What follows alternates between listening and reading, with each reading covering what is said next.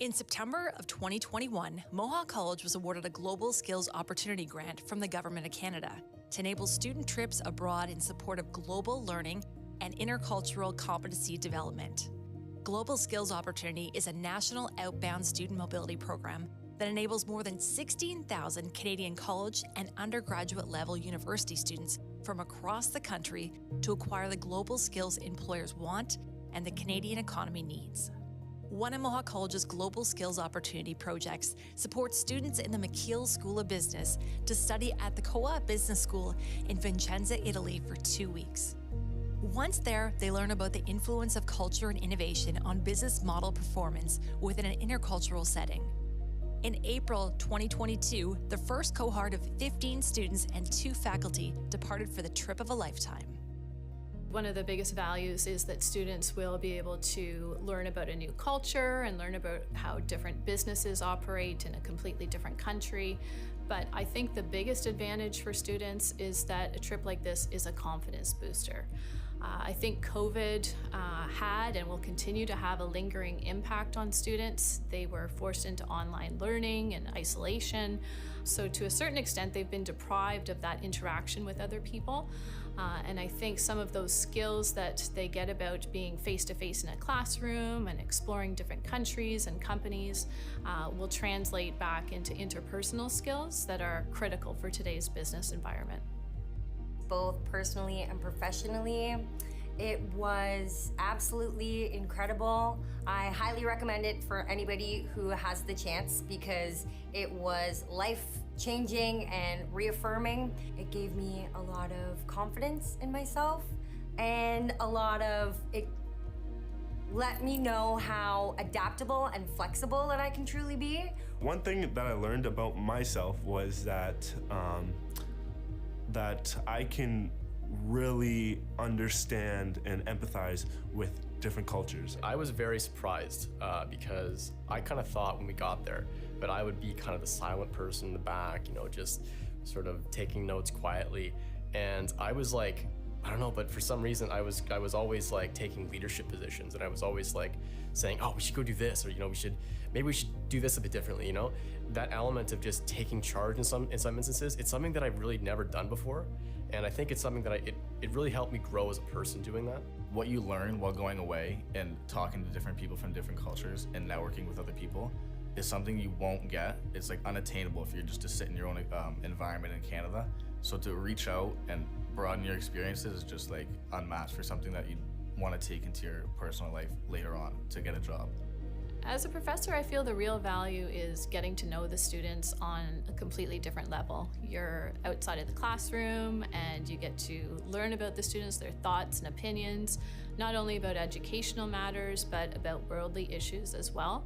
I think it's a learning that we as professors can take back to the classroom.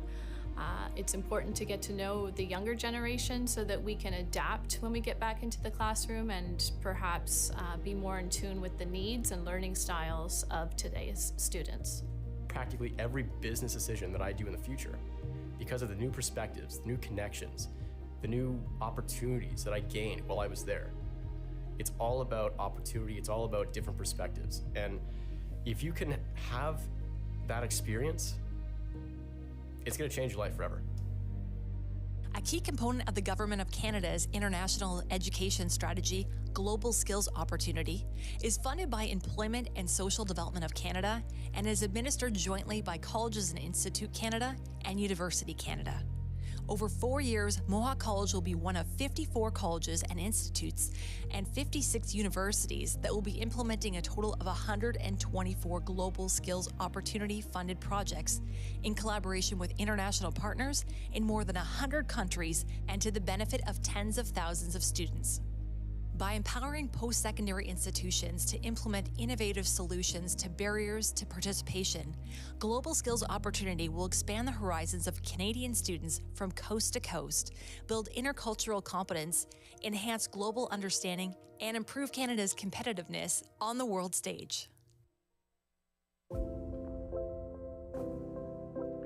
Mohawk College is a Pollinator-friendly campus, and in 2019, we became an officially designated bee-friendly campus in partnership with Bee City Canada.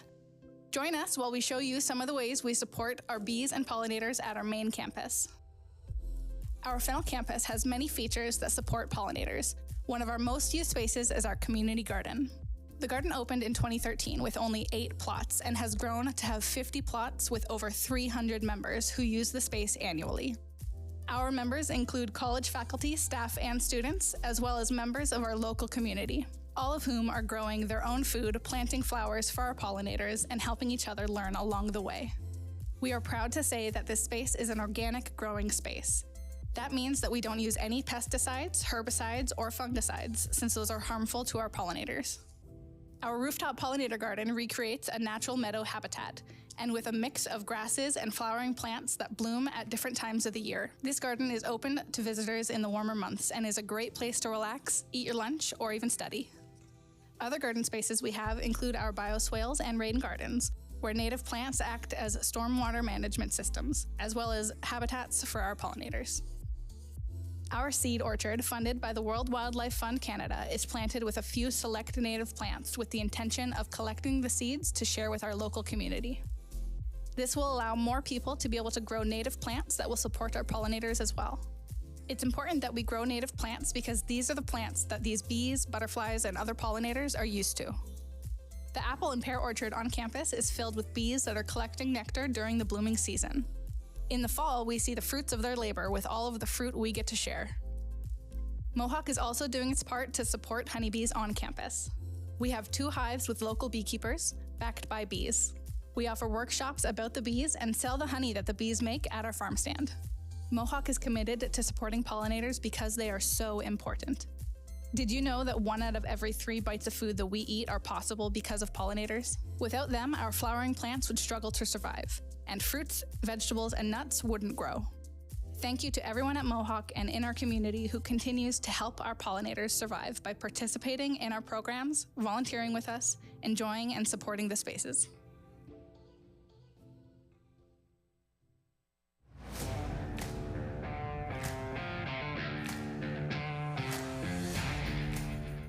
I got a phone call one day from one teacher and one student who said, "You should try teaching.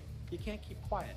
So I said, you know what? The first thing that came to my mind, other than the fact that I would enjoy to pass along the experiences I've had in the industry, was that I get to work with these faculty members that I would consider mentors of mine. And they left a really long-lasting impression. So for me to come back, it's humbling. It's an amazing job. I thoroughly enjoy when students come to me with questions and concerns. And I always let them know this trade is a vast trade. There's a lot to learn and to be humble and to ask questions. So I started in 2009 the apprenticeship. I came here on day 1 and I had the same faculty member that I'm working alongside with right now.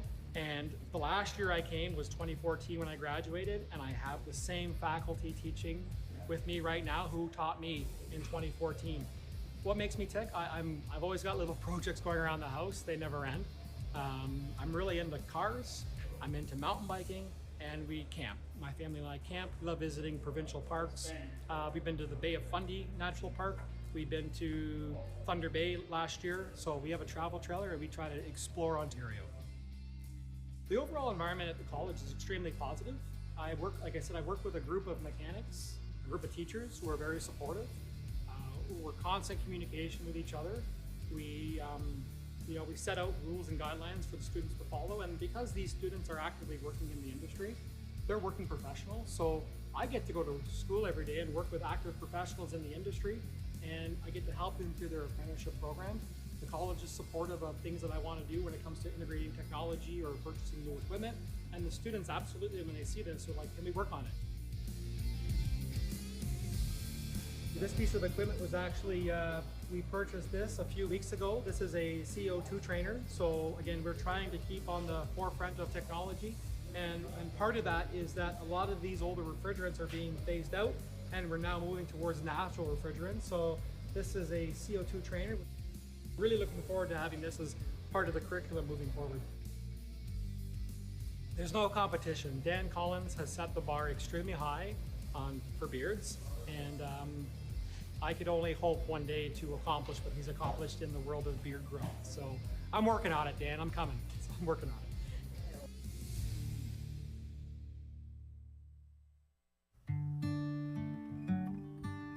Like when I was dragging like the fake like body, it was like 170 pounds. What better way to help support students on an educational career journey than bringing them into an environment so they can see, hear, and do? That's what Discover Justice is all about. We were looking at ideas on how we could invite our local high school students onto campus to interact with the faculty, to see the facility, to learn about our programs, but more importantly, to learn about the jobs connected to those programs. High school students enrolled in law courses are invited for a day of discovery. I thought it was really cool because I've always wanted to be something like a police officer or a firefighter, something that is like hands-on, but this just like made me like really like, yes, I want to do this because of all the stuff that we learned today. I think people that want to do something hands-on, this is definitely something that would be fun to do. 75 students participated in the fall, and that number doubled this spring. Word's getting out, and the event has attracted repeat customers. I'm really impressed, and I'm happy to be back again. But just them seeing that hands-on, that interactiveness is what they need to see at this age. We're always behind a screen or answering questions, reading case studies. Well, you know what? This goes above and beyond. Just going through and talking and asking questions as well with all the police officers that they brought in was phenomenal experience for everybody, especially if they want to become a police officer or border patrol, security, whatever it may be. And I feel a few of my students are probably going to enroll because of this opportunity. Discover Justice opens doors to career opportunities students had no idea existed. Police Foundations and the Advanced Police Studies program, the name of the programs speak for themselves. But we have other programs. We have the Protection, Security, and Investigations, which is more private sector. Other private sector type jobs that are really fall in line with that enforcement, inspection, investigation type career. The other program is the Community and Justice Services program. So again, it's a program that has some phenomenal job opportunities. So they get careers with the Ministry of Children and Youth Services, the Ministry of Safety and Correctional Services, federal corrections, provincial corrections. So there are a lot of justice-based enforcement, inspection, and investigation type careers that students don't even know about. It's often the hands-on component of these programs that attracts students. When I came here and I was able to actually go into the field and test it out, I was like, I actually like what I'm doing, and I wasn't sure if I would like what I was doing before, but now that I got to try it out, I can see everything that goes into it and like it. So I'm doing my co-op with the City of Hamilton Bylaw Services, so I'm a municipal law enforcement officer. When you're done all of this and you graduate, what do you want to be doing? Hopefully what I'm doing right now as a municipal law enforcement officer. That'd be really great. Discover Justice has become an approach to introduce education that can open doors to career pathways. This event was our opportunity to enlighten our teachers, our students in our local area about Mohawk College, about our justice programs, about our facility, and again, more importantly, the careers that are linked to and associated with our programs.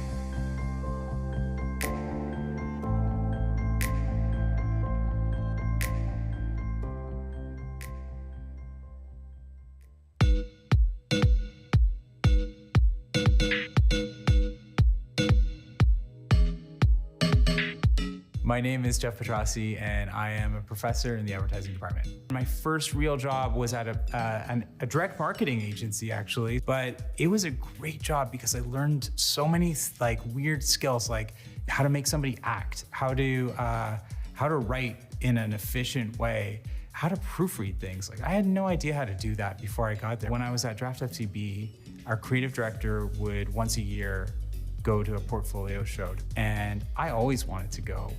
That was like my favorite way to spend an afternoon. Students started calling me and saying, hey, would you look at my portfolio? Like, what do you think of this? What do you think of that? And I tried to be really honest with students because I felt like a lot of people would just say, oh, this is really, really good, and then never see them again. Around that time, I started thinking about how sort of this unpolished student portfolio and helping them get ready to go out and work. And I decided I wanted to do that more. So I have to say my favorite thing is the students, because some of the students like could be lawyers, some of them could be stand-up comedians, some of them could be like visual artists. So you get this really weird mix in every single classroom, and I love that. My close second would be the buffalo chicken wrap at the student center. In our industry, you get raises and jobs based on awards. Agencies win clients based on awards. Awards show that you can be more interesting than other people or places. So I want the industry to see that Mohawk students can think in an interesting way, and awards prove that. That's like the only way that we can like prove it beyond the portfolios themselves. When one student wins an award, it helps all of the other students in their class get exposure. It's like, oh, Mohawk, that's a great name. Yeah, I'll look at your portfolio, or yeah, I'll meet with you. It makes a really big difference when it comes to getting jobs. I think our students invest in doing super strategic ideas. The thinking that we do, I find, is more sophisticated. The students have way more insightful thinking. They're really able to get to places that the consumer thinks that maybe they didn't even know that they thought. And then from there, drive at an idea, and let's not just accept the first idea. We always talk about how good is the enemy of great here. And with every contest we do, we have a lot of good, but how do we resist the urge to stop at good and to keep pushing until we have something that we're so excited about because we feel like it's truly great? So I have them go into a Google sheet and they brainstorm ideas, and I have them all open in different tabs, and I can go in and watch them brainstorm in real time. And I can say, this is working, this isn't working. What if you did this? What if you did that? And then I can switch to the next team and do that. Where I could never do that before, I can absolutely do it now. I can sort of play a role in their brainstorming. And there's a whole bunch of tools like that the digital learning enables that I don't think we would have found out about if we weren't put in this position.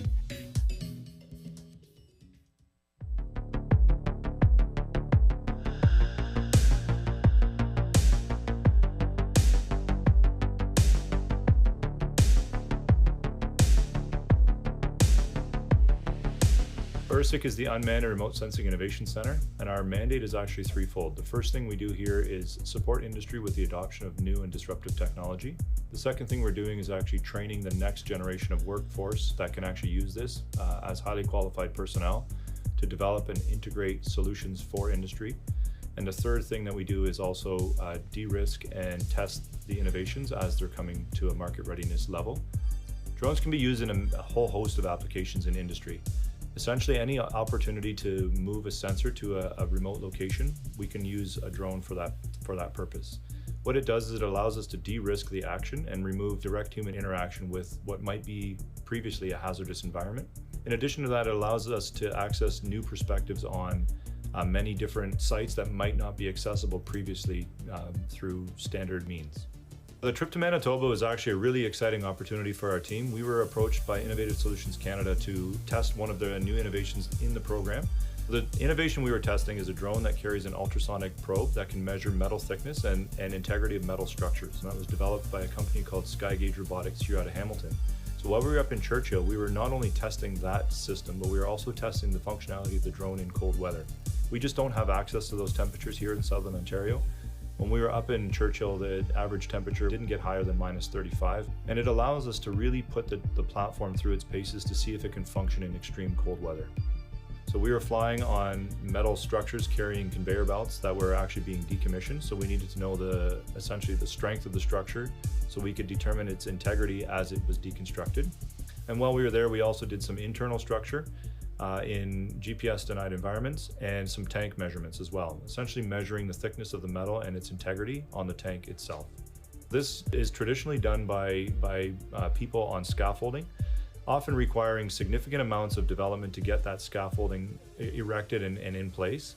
And if we were able to, do it with us standing on the ground and putting the drone in the air, it just saves so much time in setup and risk to humans as well. One of the most rewarding parts of this role in the Unmanned Remote Sensing Innovation Center is we're able to involve students in so many aspects of the work we do. As part of that trip, we were able to take 4 students up with us, 2 students each week. And those students were not only able to join us on the trip, but they were also lead pilots for many of the operations. They were piloting a brand new innovation, testing it, running it through its paces, and actually doing the majority of the work while they were up there. The sky is the limit on the drone technology for ERSIC. We are willing to take on any new and exciting project or help any industry partner when it comes to developing their needs with unmanned and remote sensing systems.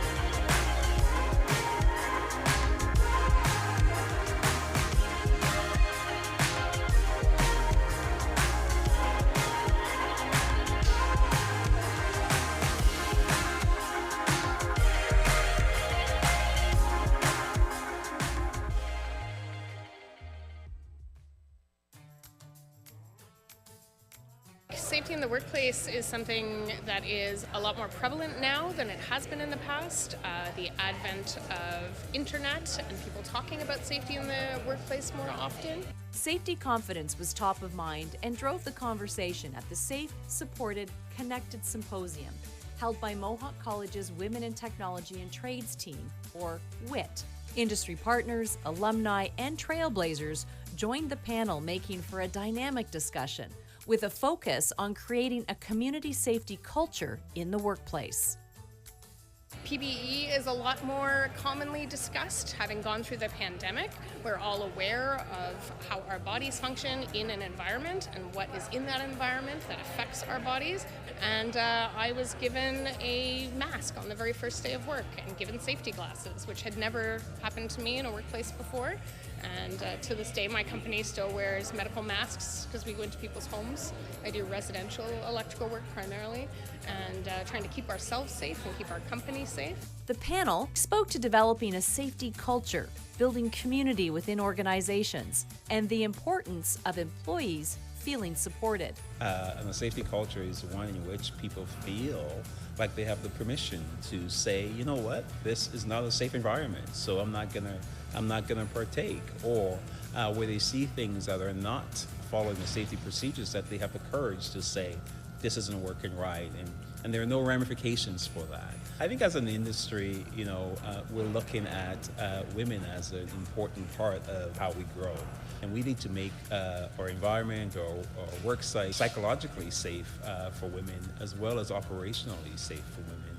So I see organizations spending time on that to really ensure that we're providing the right training for existing employees, as well as our women coming into the industry, so they feel included and they feel like they belong. The WIT Symposium series provide an outlet for these important conversations as Mohawk College continues to work on swinging the pendulum. This work has been going on a long time. We're starting to see a slight shift in the awareness. One of the key jobs of WIT is connecting people to careers they might not have thought of, and then smoothing the pathway for them in their education journey, and ultimately connecting with that employer where they're going to have the best job of their lives. In the history of every organization, there are watershed moments, moments that clearly establish a new direction for the future, and I believe that we are making one of those moments today for construction training and the City School at Mohawk College.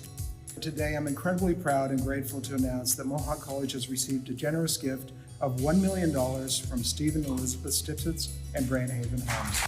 As the president of Brandhaven Homes, Steve Stipsitz is a community builder in many ways. His Burlington-based home building company is committed to exceptional quality and care in the construction of every home they build and in the development of every community they design. As a result of his generous gift, City School will develop industry-focused training programs, address and remove barriers to training and employment for people in underserved communities, promote construction trades careers in the community, and deliver demand-led programs through City School by Mohawk College. Thank you. Well, I love City School, and I can see that you're dying to know why, so I'm going to tell you. So first, you must imagine a society in desperate need of people to fill jobs in important but underserved careers, such as healthcare, health and childcare, and the skilled trades. And then imagine people living in multi-generational poverty right here in our own backyard.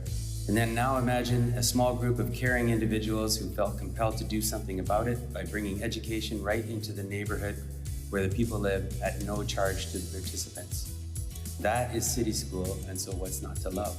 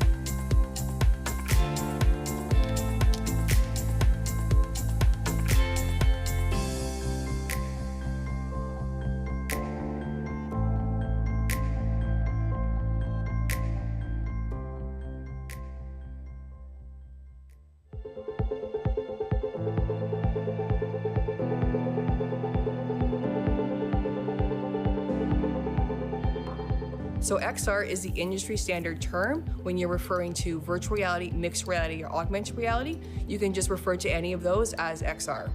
So virtual reality is when a user is completely immersed in a 3D virtual environment via a virtual reality headset. Augmented reality, on the other hand, the user is still aware of their physical surroundings. They're augmenting the physical world with a digital object, usually through a phone, tablet, or augmented reality glasses. Now there's also something called mixed reality. That's when we see these two technologies blending together. An example of that is the Meta Quest 2 virtual reality headset has augmented reality capabilities, meaning that is mixed reality. So we are building our capacity in implementing XR technologies into many programs as we can. So for example, we have a power engineering virtual reality simulation that is a cold start boiler process. I bring virtual reality headsets to the Stony Creek campus and we run the power engineering students through this simulation. There are things that you can practice in the virtual reality that you can't do in real life. Students will be able to go through scenarios that are too complex for them to do in real life. Virtual reality presents the perfect medium where they can practice it in a safe and controllable environment. Virtual reality is a perfect way to develop soft skills. We recently applied for a grant from Meta and we were awarded the grant. This grant involves a virtual reality application called Body Swaps VR. With Body Swaps VR, the students will be able to practice their soft skills within the virtual reality environment. Within the innovation pillar of the digital learning strategy, our goal is to create XR applications that will be used for program areas.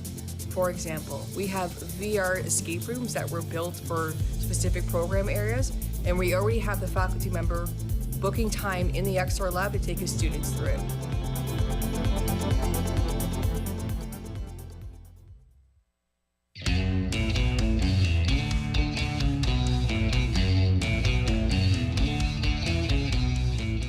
I taught a grade 7 and 8 class last year. I had the opportunity with elementary engagement to go in, and I had 3 points of contact with students where I got to promote trades before they got to high school. And so I came up with this analogy, and it's like playing Lego. Now imagine this. You get a call from your buddy Tim. Tim just got the new Star Wars Lego Center, and he wants you to come over on Saturday and build it. So what's the first thing you do? Who's coming? Right? Okay, so Tim's coming, Sally's coming, and Bill's coming. Great, I'll be there. That's carpentry. I get a call from Adam. Adam says, hey, I just got a new deck that I need to build. Can you come and build it? And I'll say, who's coming? And he'll say, Sally and Bill are coming. And I say, great, I'll see you on Saturday. And we get to build something. So I'm just a kid playing with larger Legos, and that's what I get to do. That math is not important, and it's the most important. Math is everywhere in what we do. Now, having said that, it's not hard math. This is math that makes sense. This is math that my students come in and are like, I wish I was always learning this kind of math. In high school, you may learn that A plus B equals C. Well, what does A and B mean, right? And what's C? Like, what does that mean, right? But we can actually hold A and B in our hands here and then measure C. And it just makes sense. That's the math we do. I wasn't listening to myself, into my gut to what should I be doing. And since trades wasn't really taken seriously, it wasn't an option. And now I understand how great of a choice it was to get into the trades. It's a booming industry. There's so much work. I'll always be able to fall back on a ticket that I have because I'm a Red Seal carpenter. I know carpenters that they've known before they leave the womb they're going to be carpenters, right? And that's not my story. I was encouraged to go to university. That was the path set out for me. In high school, I took all university targeted courses. I took one shop class. I can remember being in that shop class, and there was a finishing room. I was building like a TV cabinet, and I'd close the door to the finishing room, and just like the world would just like shut off. After high school, it's kind of funny. The phone rang, and it was someone asking for my brother. And what do you want? And they said, there's a job in framing. And I said, yeah, I'll take it. And so I started framing. After a week, I'd look back and be like, whoa, like we built those walls. Or that floor is because we were here. And a month, look at that house now stands because of our crew. And then years go by, and now I can go into neighborhoods, and it's so rewarding. And that's when I identified, back to the one high school shop class I took, where when you get into your work and the world just shuts off, that's what I experience now. And I see the product of what I can make, and it's so rewarding. And so that's when I got hooked. Industry trained, but I went through the apprenticeship program. So I came here to Mohawk, and I did my apprenticeship through this schooling. So this is a bit of a home to me for where my career started. Every tradesperson is a teacher at heart. If I could summarize every trade in 3 words, we do 3 things. We learn, we earn, and we return. And it's not that you learn first, then you earn, right? This all happens at the same time. All 3 of these words are all going on at once. You learn, you earn, and then you return the knowledge that you gain from someone else to somebody that is still coming up in the industry. That became the next best thing of my job. I love building, I love seeing the progress, but more so than that, I love seeing the progress of people I've taught.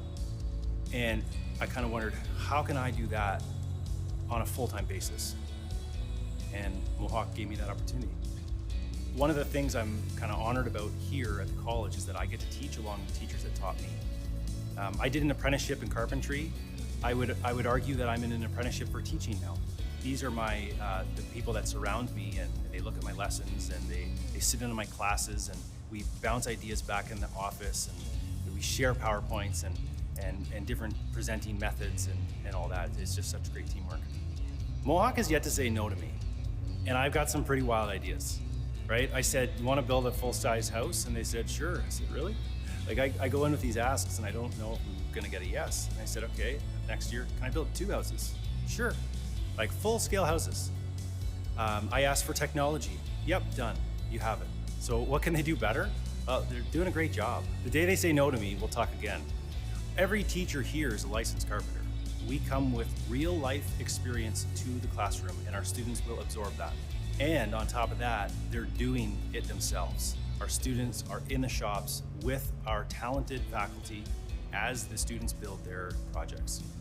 It comes and goes. It's remarkable. Thank you, thank you. I can hide 10 carpenter's pencils in it.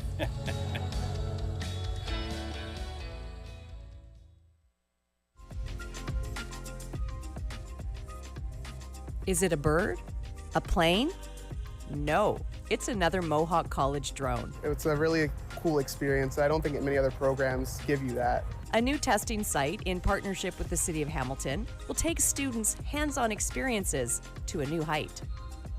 This gives them an area to conduct their flight operations and their flight training prior to their certification on drone as a drone pilot in an area that is, again, away from general public, so it's safe and secure, and it's in uncontrolled airspace so they can get out and practice their flying skills. Because of the collaboration we have with both the City of Hamilton, Transport Canada, and various innovators, this also gives them that opportunity to work one-on-one with small to medium-sized enterprises who are working on a product as it's going through that validation stage.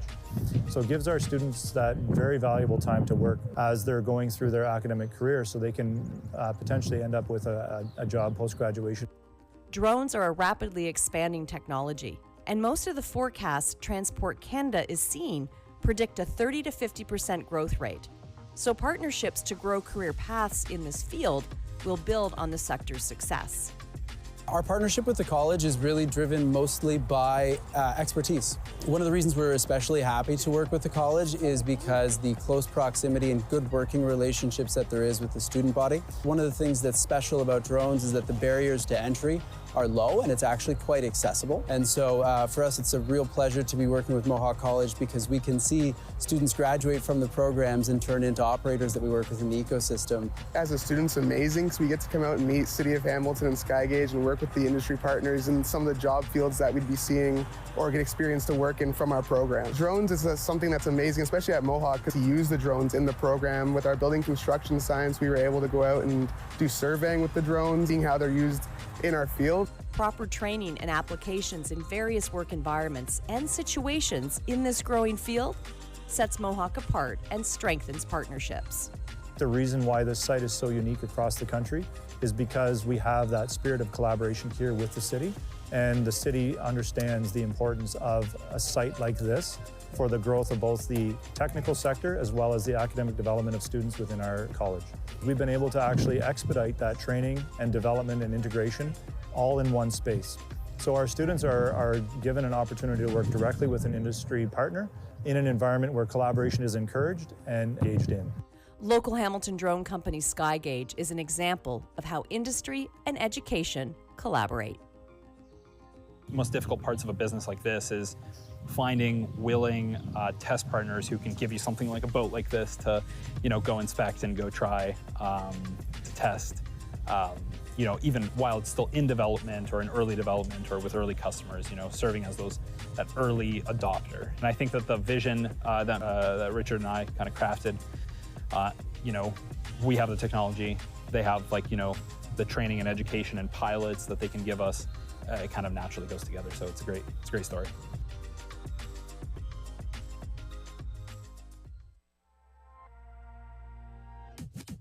How about a college career choice that could lead to a world competition in Singapore? That is precisely what can happen for the top skilled trade students demonstrating they are the best in their field at the Skills Ontario competition recently held in Toronto. All these skills I've learned over the past 18 months, I can pull them together and, hopefully do well at this competition and keep going with my career or take a jump start towards my career. Skills Ontario looks for ways to champion and stimulate world-class technology development and employability skills in Ontario youth. And the skilled trades are roads worth traveling. You cannot look around anywhere without knowing that a skilled trades person touched that space. I would love for people to see skilled trades as an opportunity to explore multiple areas. You could start on the tools in the trade, but you can also end up in management, or you can have the opportunity to run your own business. The options and opportunities are absolutely endless as soon as you have that ticket that says, hey, I did it. Students that find their way to skilled trades see how this pathway can provide incredible opportunities. I picked the trades just because I want to be working my hands, moving around. I don't like sitting behind a desk. I don't mind getting dirty, and there's lots of money there if you're willing to work for it. And the millwright trade is very diverse, right? You can be working in a factory making, beer if you want, all the way up to windmills or power generation places. There's so many options within this one trade. I think a lot of the time in high school, we're pushed towards all these more advanced courses and pushed towards these different career paths.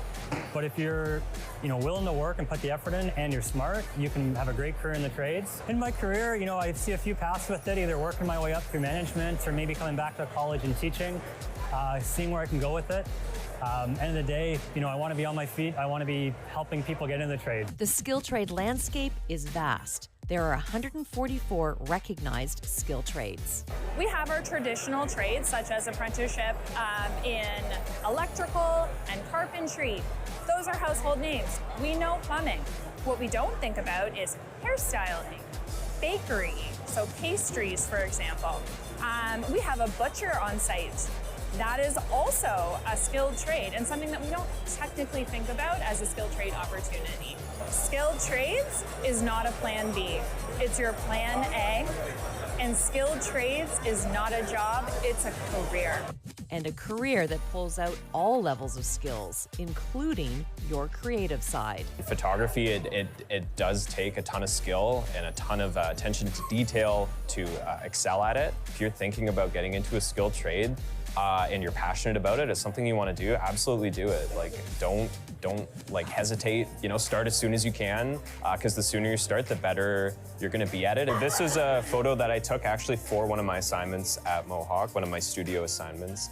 It's a character portrait with some vintage kind of styling and wardrobe, and obviously the glasses are very retro styled. I had a bit of experience in photography going in, but I learned so much over just 2 years. The amount that you learn in that program is just unbelievable, and it's been incredible. Gold medal winners advance to the Skills Canada National Competition, and those top competitors will head to the World Skills Competition held in Singapore. Congratulations to our entire Mohawk team who competed in this year's event.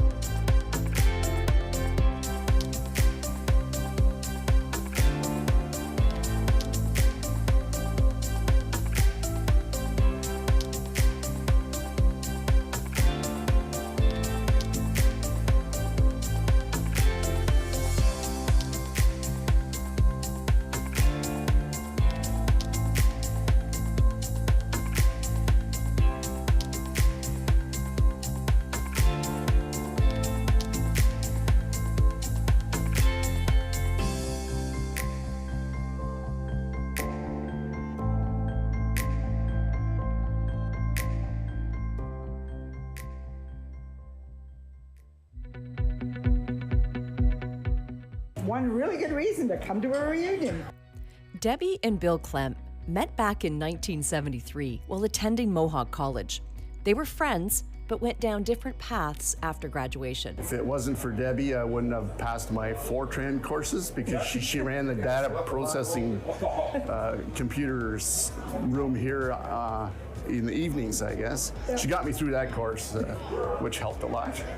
We met at the pub, actually. The Thursday night pub is where we met. And after graduation, we both went our separate ways and took a chance on coming here for the 25th reunion. We met in the foyer as we were signing in, and as they say, the rest is history. Married for 20 years now, Debbie and Bill came back as Golden Grads to the 50-year celebration supported by our alumni team at Mohawk College. It was a lot of fun, and I was able to get work in that field right away, and it lasted me for many years. I had a great time in Mohawk. Please take advantage of the opportunities to come back. It's a great school.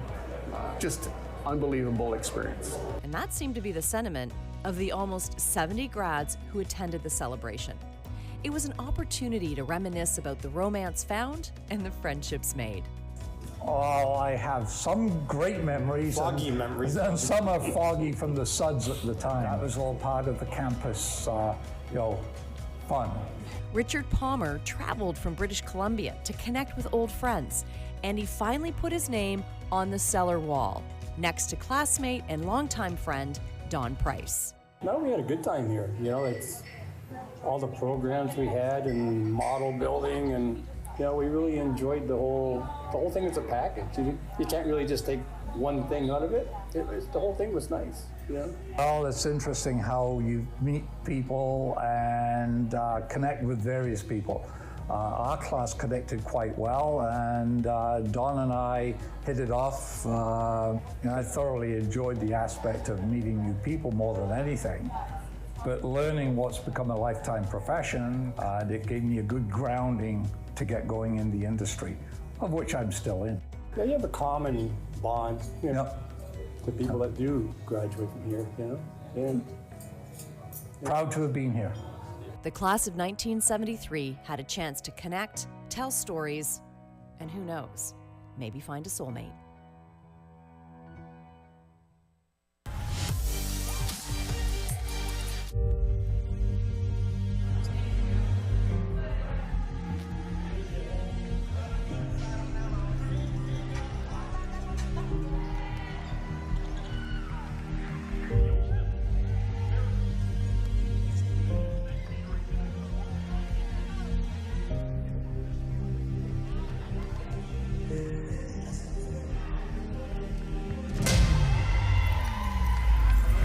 VIP treatment, a DJ, and an all-around high-end setup was the backdrop created at Mohawk College's David Braley Athletic Center for the Women's Basketball National Championship.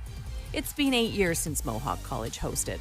Doors were open to spectators to watch high-level basketball showcasing top talent from across Canada. As you watch some of these game highlights, here's an overview of the tournament. The gym was set up to provide an exceptional experience. The main court was surrounded by bleachers for an up-close view. Tournament production was high to create that professional sports feel. And for those who couldn't attend, there was a live stream available throughout the tournament. The upstairs fitness center offered an additional warm-up, cool-down space for all teams. And there was a private athletic lounge, kind of like a Club Med without the water, outfitted with a stretch and activation area, free massages that were offered by Mohawk College's massage therapy students, and there was a student-run custom shoe restoration booth. The tournament was rounded out with an awards banquet held in the Arnie, with former Canadian women's national team member Michelle Plouffe as the MC and keynote speaker.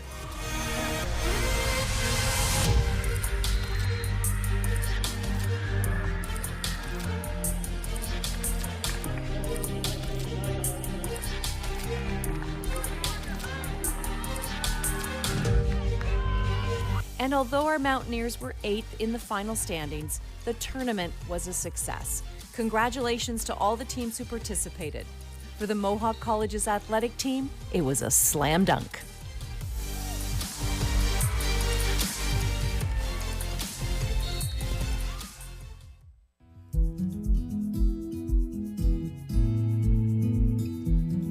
I just feel blessed every day to be able to come and share something that I'm so passionate about on my own. For me, I have family members that needed to just be able to hug their grandkids again, and fitness played a role in that. A family member that went through breast cancer and wanted to take back control of her life and did that through fitness, wellness, and health. So to be part of someone's lifetime journey along that, the ability to move and live the life you want to live and make healthy choices is such a gift. And so I'm passionate about sharing that knowledge on with other students that are equally, if not more inspiring, is something I'm fortunate to do every day.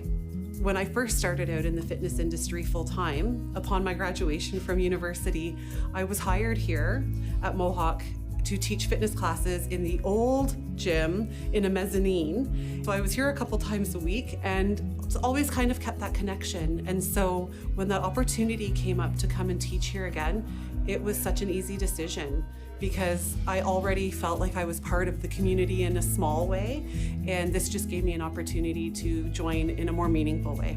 I'm really actively involved as a volunteer at the Community Support Centre for Haldimand Norfolk, and recently I've joined Prescription to Get Active Ontario chapter, which is partnering doctors, nurses, physiotherapists with clients that are in need of access to better quality personal training and resources and coaching. So that's a new endeavor for me that I think just is only going to enhance the opportunities for students as well. One of the most important things I want students to know is you don't need to be fit before you start this program, and you don't have to have a perfect body to start this program. You just need to be a passionate person about wanting to help others, because there is no perfect body shape, size, or type for coming and taking this program. So that's my number one piece of advice. My second piece of advice is come with an open mind, because you will be exposed to so many new learning opportunities you didn't even know were out there that will open your mind to careers you didn't even know existed. And that's our goal while you're here as a student, to help you with that. And hopefully you do come and join us. And if you do, take advantage of your professors and technologists, because we will happily connect you with people in the industry that can help further guide you along the way. Probably one of my favorite things is reconnecting with a student that's graduated, and Fit to Pitch is a great event for that. They often come back. I have one student that came from India and wanted to get into physio. She was trained there as a physio and ended up being the physio for my daughter. So that was really kind of a neat moment when I walked in and realized that's who it was, and fully trusted her with my daughter to go through some of those treatments with her. I love walking down the streets, walking through the mall, and just reconnecting with students and finding out what they're doing, because it's such a diverse range of careers they've ended up in.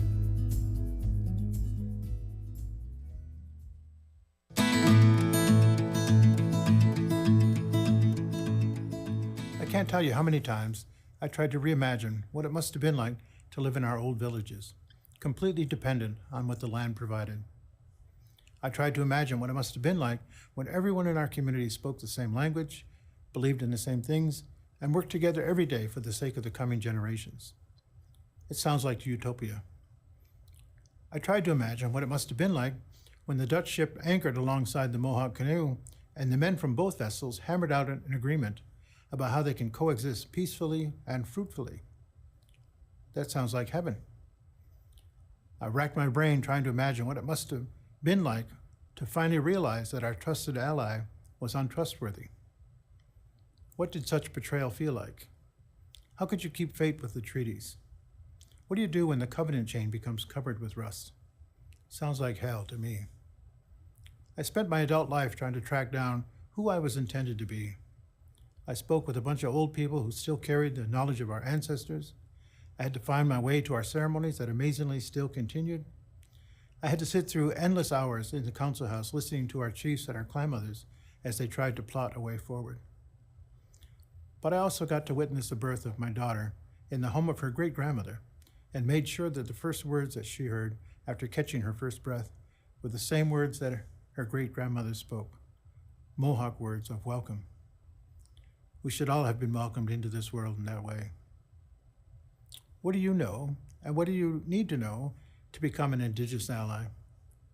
Today we can embark on our own journey of self-discovery through the ideas, beliefs, and interactions regarding Indigenous people. What it means to be us, to be in relationship with each other, and what the future can hold to fill the gaps in our understanding. We can begin to build relationships based upon principles of honesty, respect, and trust. It is a great gift of time that we've been given in order to explore these ideas. And that sounds like hope to me.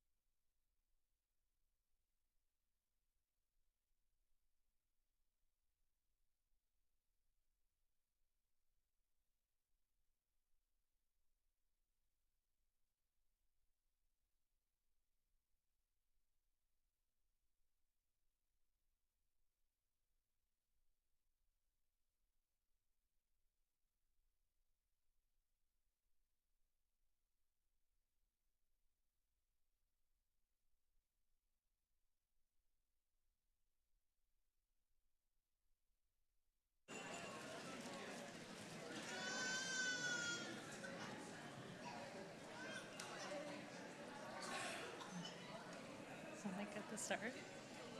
Good afternoon, Sego, and greetings, everyone. My name is Caroline Hill, and I'm a part of the Indigenous Student Services team here at Mohawk College. I'd like to welcome you all to the traditional territory of the Haudenosaunee and Anishinaabeg nations that we've gathered on today. To begin our ceremony, I'd like to welcome the Spirit Vision drummers and dancers. As Indigenous people, we believe that the drum connects us to all things and is the heartbeat of Mother Earth. Today, we call upon this group to give thanks and to recognize the achievements of the graduates with an honor song. Nawe, thank you. Please stand for the procession of the graduates and platform party.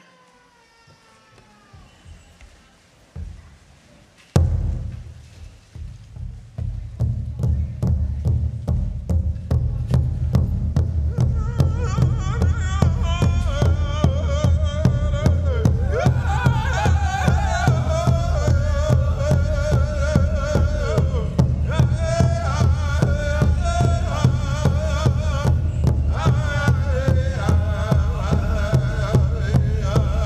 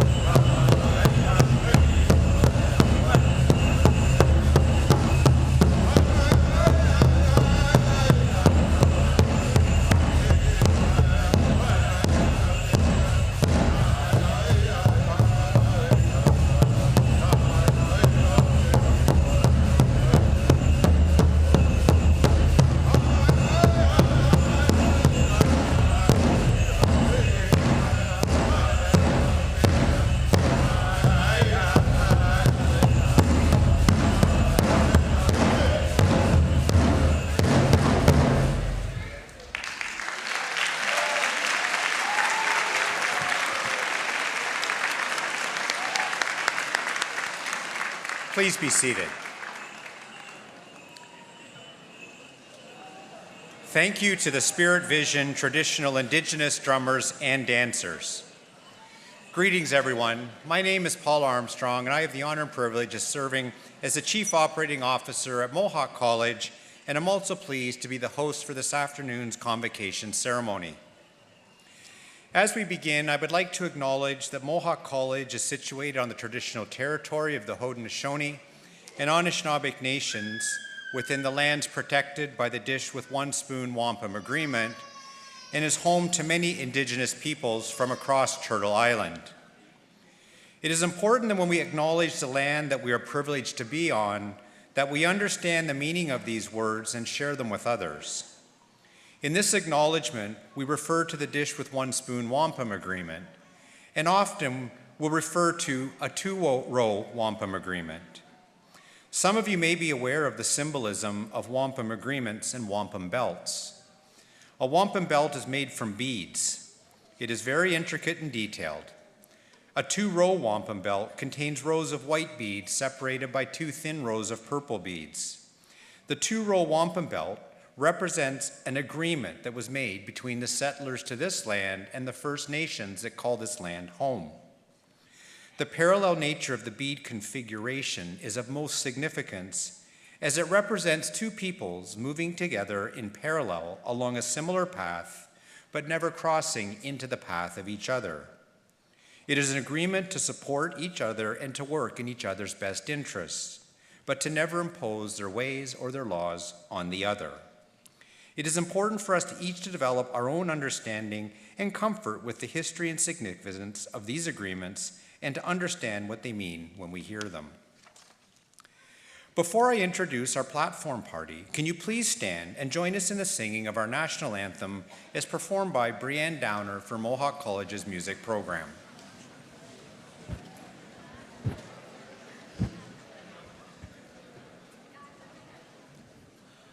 Oh, Canada, our home and native land, true patriot love in all of us common.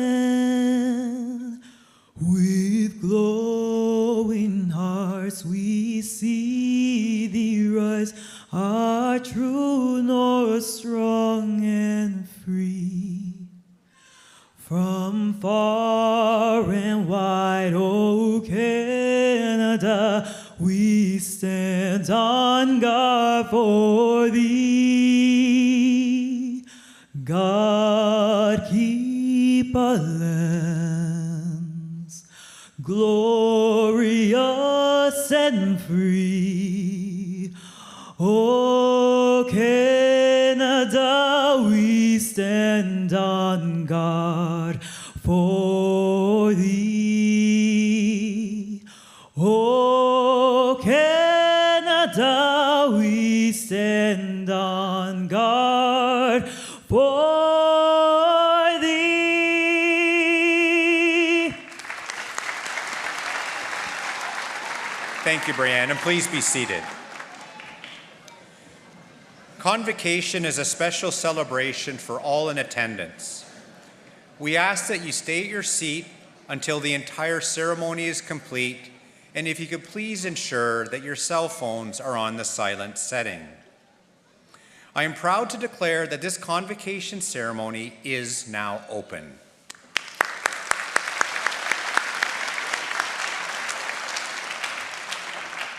Convocation is a time to celebrate the hard work and dedication that brought you to this moment and to look forward to the many opportunities that lie ahead for you, a future-ready Mohawk College graduate.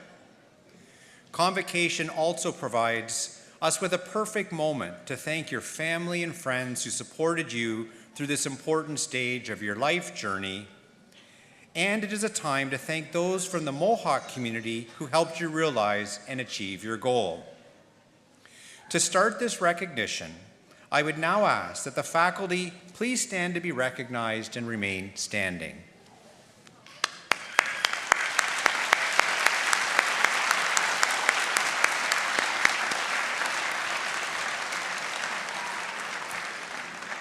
Next, I would like to acknowledge our staff, alumni, and union representatives who are joining us today. Can you please stand to be recognized?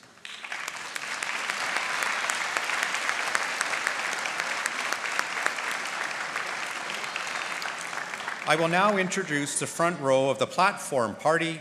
If you could please hold your applause until the end of the introductions. Drew McTeer, Dean, McKeel School of Business, Creative Industries, Liberal Studies and Communications.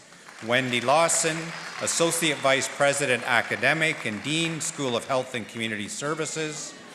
Elizabeth Joy Phillips, Mohawk Student Association President. The Honorable Catherine McKenna, Distinguished Fellow. Ron McCurley, President and CEO of Mohawk College. Haley Hopkins, Board of Governors. Krista Welsh, Registrar. Katie Burrows, Vice President, Students, Alumni and International. And Dr. Siebert Adamson, Vice President, Academic. Your platform party.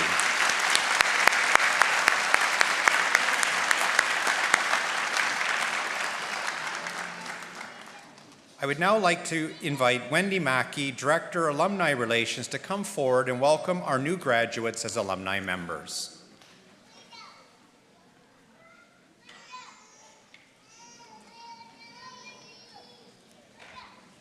Thank you, Paul. Congratulations, graduates. Good afternoon. I'm Wendy Mackey, and I'm the Director of Alumni Relations at Mohawk College.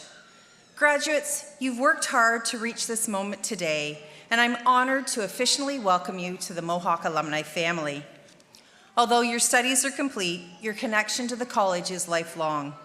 If you have not already, I encourage you to take advantage of the many services and supports available through the Mohawk College Alumni Association, which serves as your direct link to a strong network of over 165,000 graduates. Connect with and learn from fellow graduates working in your field. Enhance your career development through workshops and one-on-one career support. Attend social events or learn something new by participating in a personal development workshop. You can volunteer your time as a committee member or a classroom guest speaker and access exclusive alumni discounts and savings through your Mohawk Alumni Perks app. There are so many ways to benefit and stay connected, and we would love to hear what interests you. As a graduate, you are a member of the Mohawk community. With a solid education in hand, you will use your knowledge and skills to make a difference in your chosen field and in the wider community. And we will be rooting for your success each step of the way. As you cross the stage today, I will present you with your alumni pin, and it's my hope that you'll wear it with pride. On behalf of the Alumni Association, congratulations once again. We are so proud of all that you've accomplished and look forward to continuing to support you throughout your career and your life. Thank you.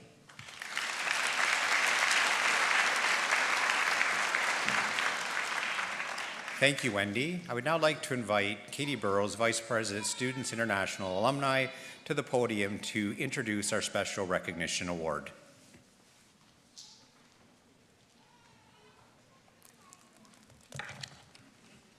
Well, thank you, Paul. President McCurley, it is my privilege to present you with a candidate for an award of distinction. In particular, I am recommending a candidate be awarded as Distinguished Fellow of Mohawk College. This honor is proposed in recognition of community leadership. I am pleased to introduce the Honorable Catherine McKenna to be recognized at today's convocation as a Distinguished Fellow. The Honorable Catherine McKenna is Canada's former Minister of the Environment and Climate Change, as well as Minister of Infrastructure. She is the Principal of Climate and Nature Solutions, an advisory firm focused on scaling action and financing to tackle the climate crisis. She chaired the UN Secretary General's high-level expert group on net zero, setting out criteria for net zero commitments of business, financial institutions, cities, and regions. She is a distinguished visiting fellow at Columbia University and founded Women Leading on Climate. As Canada's former Minister of the Environment and Climate Change, she was a lead negotiator of the Paris Agreement, Article 6 on carbon markets. She successfully negotiated Canada's first comprehensive climate change plan, including a coal phase-out and a price on carbon across Canada. a policy successfully upheld by the Supreme Court. She brought in Canada's new Impact Assessment Act for the review of major projects, led efforts to ban single-use plastics, and doubled the amount of nature protected in Canada in partnership with Indigenous peoples. Internationally, she helped establish the Powering Past Coal Coalition, the Ministerial on Climate Action, and the Nature Champion Summit.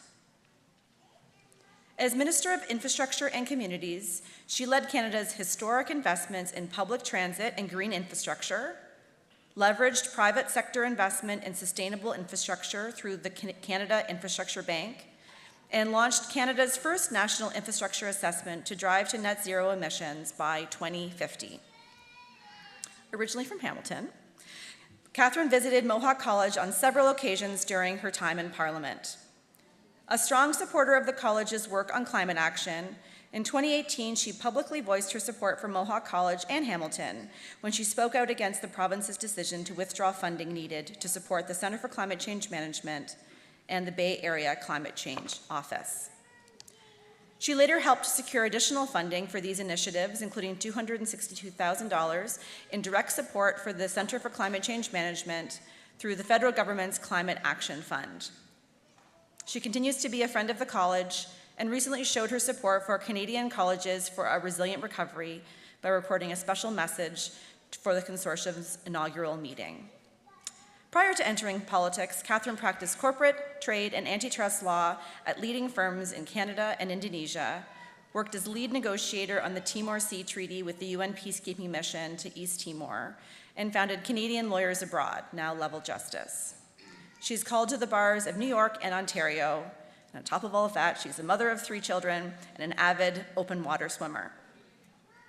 President McCurley, given the Honorable Catherine McKenna's accomplishments, wisdom, and dedication to Mohawk College's community, I recommend that the Board of Governors bestows upon the Honorable Catherine McKenna the award of Distinguished Fellow, Mohawk College, with all of the honors, privileges, and responsibilities pertaining thereto. The Honorable Catherine McKenna and President McCurley, will you please join me now to acknowledge this honor by virtue of hooding.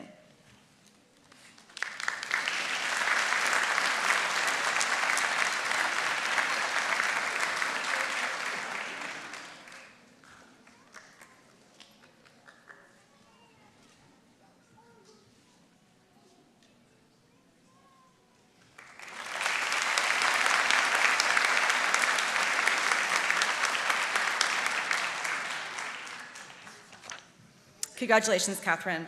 I now invite you to address Convocation as its honorary speaker.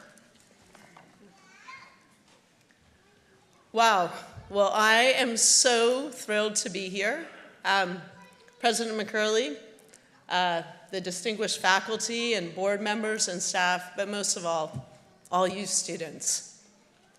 It's pretty awesome what you did. Because I think back, you did something that is so hard. You had to go to school through a pandemic. Like, school's hard enough, as we all know. You guys nodding? But imagine, I can't even imagine being on Zoom. And you're on Zoom day after day often, wondering what the heck you're doing. Are you actually learning anything? You're isolated from your friends. Maybe like my kids, spending too much time with your family. I don't know. But it was really hard. But you made it. And that's the thing that is probably the most important lesson I've learned. That hard things are hard, but you can do it. I should have started by recognizing we're on the traditional territory of the Haudenosaunee and Anishinaabe peoples, and we were welcomed in a really great way by the dancers and drummers. And I think as we all go forward, including you, whatever path you're taking, graduates, we need to do it in the spirit of reconciliation, working in partnership with Indigenous peoples. So I just want to talk about one thing. I kind of work in catchphrases. So the thing is the thing, and the thing is climate change for me. But it's probably the thing for you too, because I was speaking with President McCurley, and he said when they asked students, when they asked you folks, What is the number one thing that worries you? Number one thing that comes up is climate change. And I know you're not all from the Hammer. I'm from the Hammer. Very excited about that, the steel town. Kind of the underdog often, but often comes up on top in a pretty humble, but pretty hardcore way. But wherever you're from, you're feeling the impacts of climate change. I mean, look, we all felt it right here in Hamilton, where you literally couldn't go outside safely because the pollution from wildfires that literally burned across our country had a huge impact. And sure, that's an inconvenience, but for some people, that's deadly. We know that. We saw that. A young kid passed away who had asthma, but for people who are older, respiratory illnesses, kids, it's very dangerous. And there's many examples around the world. But I'm not here to talk to you about doom and gloom. Because I'm someone who's like, back to hard things are hard. We just have to get on with it. And the really exciting thing, and I look at you guys, women, whatever gender, however you identify yourself, you have a huge opportunity to build the future we want. That if you look at the numbers of jobs, assuming we do what we need to do by 2050 and hit net zero emissions, there are 700,000 more jobs. We have to train as many people as we can. And of course, we're talking about the skilled trades. And there's so many really awesome opportunities. And that's not just solar panels. It's far beyond that. It's like heat pumps. I was at the Joyce Center for Partnerships and Innovation. I assume many of you have been to the building. It's a green building. That's how we're going to build the future. But it's an across-the-board thing. It doesn't matter what area you're doing, you will be touched by climate change. I was talking to Elizabeth Joy. She said, maybe I want to work for a municipality, for a city. Cities are on the front lines of climate change. They have to think, first of all, how are they going to protect people? But also, how are they going to reduce emissions and be part of the solution?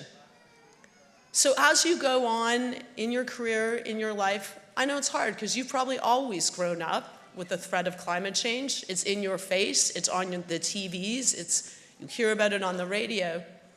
It's also an opportunity. So what wasn't talked about in my CV, and by the way, my CV sounds amazing. I was just a kid from Hamilton, so you can do awesome things too, and you can tell a story about what I achieved in retrospect, so it sounds really fancy and nice. I didn't know what I was doing most of the time.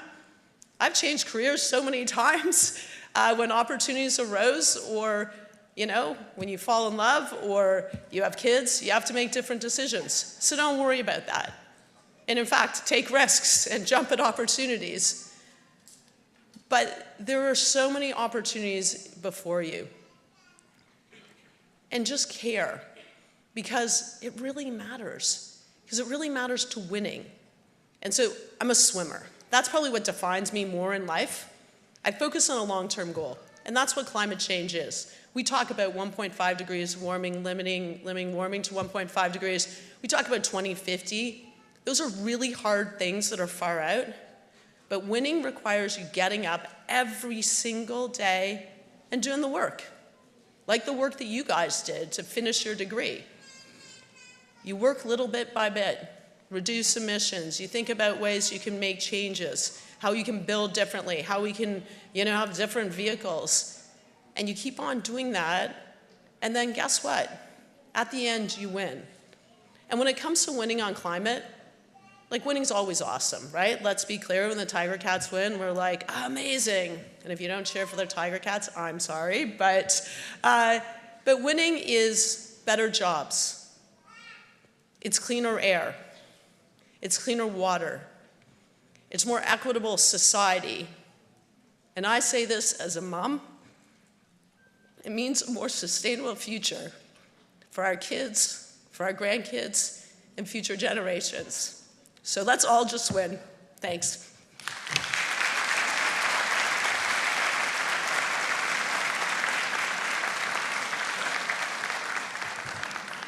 Thank you very much, Catherine, for caring so much about the important things that are hard and your perseverance and dedication to making an impact and a difference. You're an inspiration to us all. We're very pleased to be able to count you as a Distinguished Fellow of Mohawk College. I'm now pleased to introduce Elizabeth Joy Phillips, President of the Mohawk Students Association, to come forward and bring greetings to the graduates.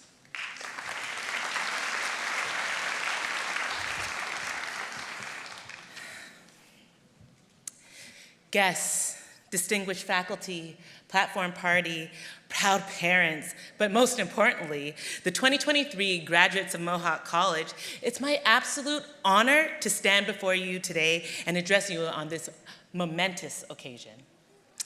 On behalf of the Mohawk Student Association, congratulations in successfully completing this chapter of your life. You did it.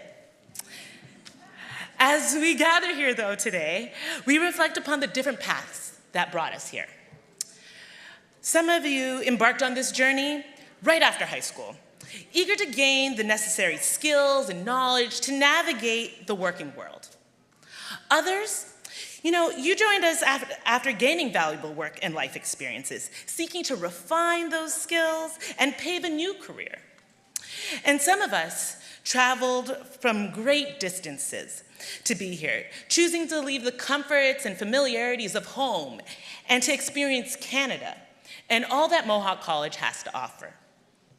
Regardless of the roads that you traveled, each of you have demonstrated dedication and commitment. The difference in our experiences lies in our perspectives that we bring. Filled with curiosity, students come to college to acquire the necessary tools and to how to weather the storms and to shape your future. It's carving out your own path as well. It's about harnessing the existing skills and refining them further so that students can prepare for the changes that aligns with their aspirations. Regardless of our backgrounds, the journey we completed was not without its challenges. We endured a pandemic and a post-pandemic shift. We endured the reshaping. It reshaped the very landscape of our education. That shift to the virtual learning forced us to adapt and discover new ways of learning and acquiring knowledge. You've shown remarkable resilience when it comes to navigating the various different platforms, technologies, all the while yearning to be back in the classroom as well as balancing that as well once we got back into the classroom. But like diamonds, you were made under pressure. You were forged under that, in becoming and emerging ever stronger and more versatile and more prepared for the road ahead. Today, as you stand on the precipice of your future, take a moment and reflect on the steps that you have taken to reach this milestone. This chapter of your life within the vast tapestry of your college journey is now complete.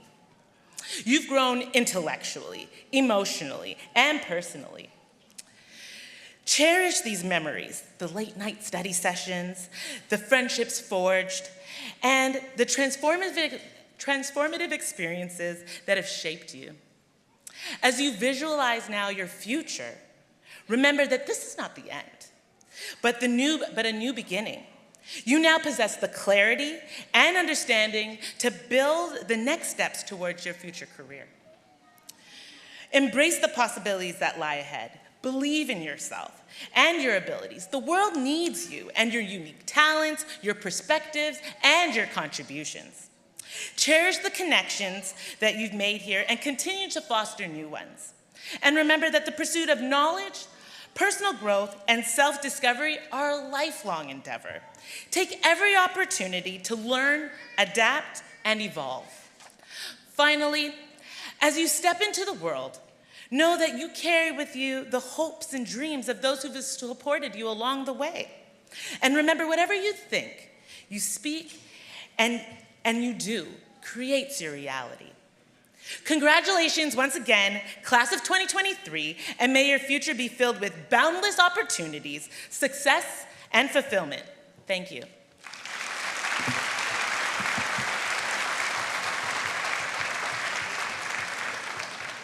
Thank you very much, Elizabeth Joy. We're proud to be able to work with you and the Mohawk Students Association in support of our students. I'm now pleased to introduce Mohawk College President and CEO, Mr. Ron McCurley, who will address Convocation.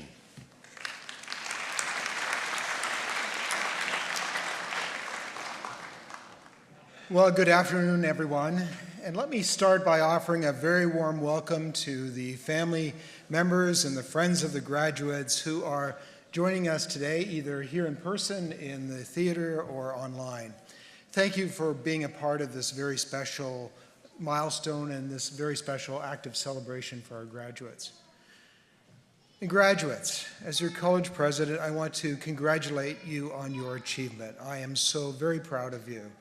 The people who have joined me on this stage and your family and friends that are here with you are very proud of you as well, as are the hundreds of other college faculty, staff, and employees who have played a key role in your college experience. Well, congratulations from all of us.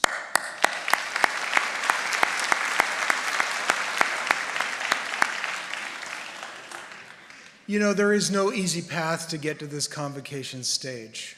You have accomplished something very special, something life-changing even. And we are grateful that you chose to pursue your college education here with us. You persevered, as you've heard, you completed your program, and you're now able to move on to the next stage of your life with a Mohawk College credential in hand. But before you leave here, I'd like to offer you a word or two, or maybe more, to carry with you as you move on to the next chapter of your lives. Now, whether you came to Mohawk College from a few minutes away, maybe from a neighborhood in Hamilton or Grimsby or Burlington, or maybe you came from a few hours away from London or Sudbury or Peterborough, or you came from half a world away from India or Nigeria or Colombia, each of you come with a very unique story. Each of you is on a very unique journey. And each of you holds a unique dream in your heart. Wherever you came from, however you found your way to here, you came with a goal in mind. You came to pursue a college education on the way to a meaningful and promising career. When you enrolled at Mohawk College, you had a reason for being here. You took the challenges you faced, the pathway you pursued, and you did this to pursue your education with a purpose. You learned with purpose. And my advice for you today, before you chase that exciting future that's ahead of you, is to remember to live your life with purpose. During college, you had a schedule to follow, you had classes to attend, you had assignments to complete. You knew what you had to do to succeed, and you went ahead and you did it. The goal of finishing your program was broken into smaller goals, submitting a project, handing in an assignment, finishing a work placement.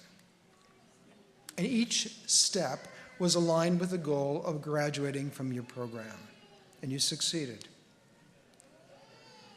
But you see, while you were learning your lessons, preparing your assignments, and passing your classes, you were also learning some very important life lessons. You were figuring out how to chase a dream, how to honor a commitment, how to turn your ideas into action. You moved with purpose toward your goal. Now, with the benefit of a college education, some life lessons, and a network of classmates, you are well equipped to chase your dreams. But before you decide what you want to do in life, be sure to take some time to figure out who you want to be in life, and therefore what you will stand for. What's the purpose of your life? What's really important to you? What would allow you to start every day full of energy and a sense of direction? My father used to say to me, he said, "Do what you love and you'll never work a day in your life." Oprah Winfrey said it like this. She said, "Follow your passion and it will lead you to your purpose." And I think maybe they were both right. Identify what it is that will provide you with satisfaction and fulfillment as you spend your time, spend your skills, and spend your energy. Find your passion and follow it. Set your goals and move with purpose toward them, and passion will provide the fuel for your journey. If you don't have a goal, how will you know when you achieve it? If you don't know where you want to go, how will you know what direction to head? And if you aren't passionate about what you're doing, how will you ever stay motivated?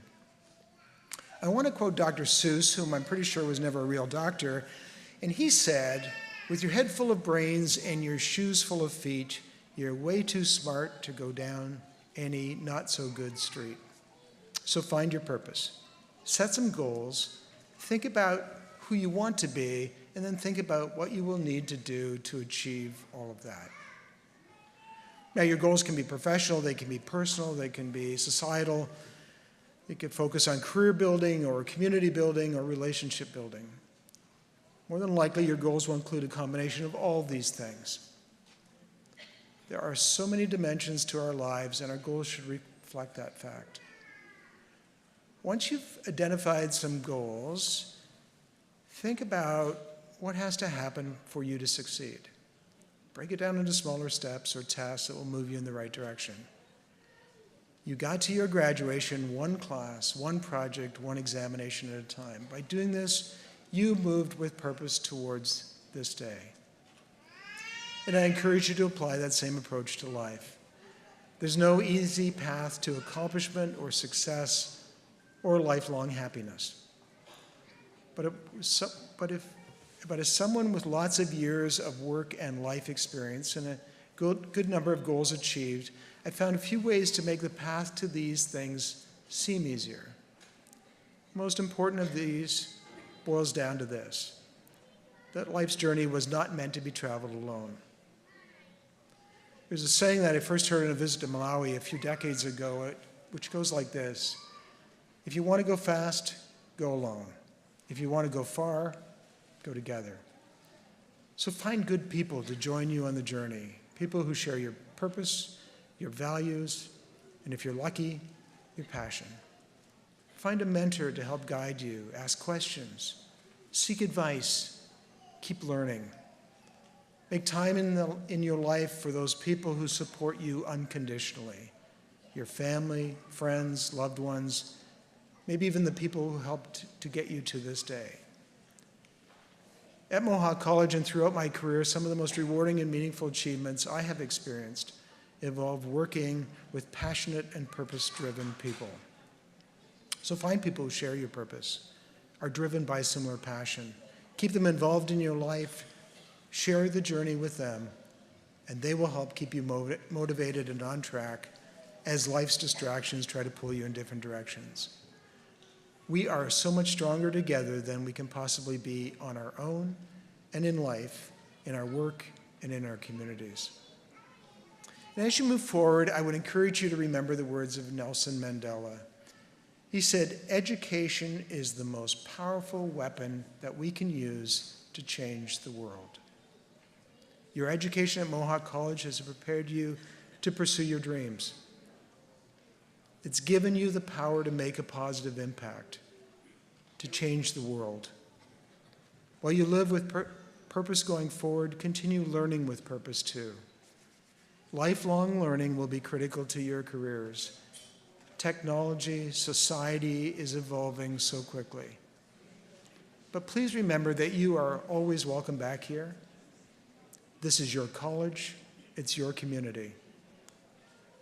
Supporting you is our main purpose, and it's a pleasure to do so. Graduates, we are truly proud of your accomplishments. We are so very proud that we could support you on your journey to Convocation today. We're impressed with what you've done. We can't wait to see what you accomplish as you live your lives with purpose and passion. To the Mohawk College graduating class of 2023, congratulations and Godspeed.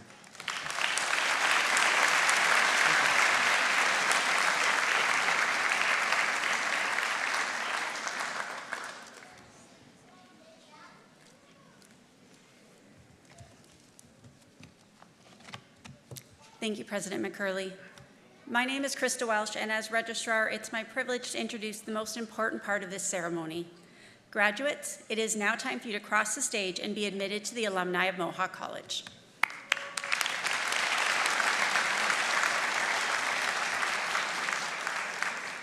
As each person crosses the stage, their status as a Mohawk College graduate will be acknowledged with a lyre pipe, a medieval European symbol of academic achievement dating back to the 8th century. Awarding each graduate a lyre pipe highlights the achievement of excellence according to each student's chosen program and symbolizes that they are joining the international community of scholars. Vice President Academic Dr. Siebert Adamson will place the Mohawk College lyre pipe on the graduate's left shoulder, and they will then be congratulated by President McCurley. Convocation is always a time of celebration for our graduates and their families, and we encourage you to applaud and acknowledge your graduate as they cross the stage. Il me fait plaisir de souhaiter la bienvenue aux membres de la communauté francophone. La collation de grade est le moment idéal pour célébrer les exploits des diplômés, et je vous encourage d'applaudir lorsque vos diplômés traverseront l'estrade. President McCurley. I now have the honor of presenting the candidates for graduation. The graduates have successfully completed the curriculum of their chosen program as required by the Mohawk College Board of Governors and have been recommended to be awarded their certificates and diplomas in recognition of their academic accomplishment. Therefore, I recommend that you confer their certificates and diplomas with all the honors, privileges, and responsibilities pertaining thereto. And on behalf of those graduates not here today, I further request that their certificates and diplomas be conferred on them in absentia. Thank you.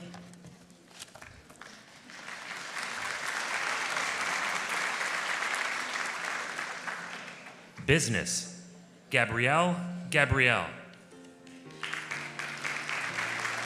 With honors,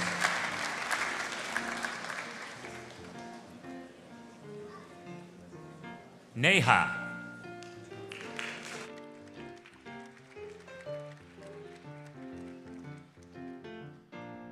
Shabnam.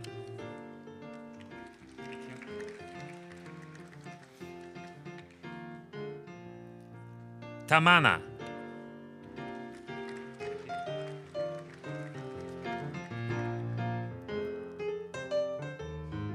Khalif Abu.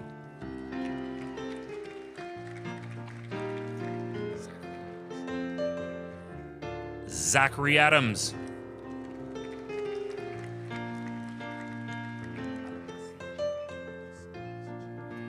Adis Alibasic.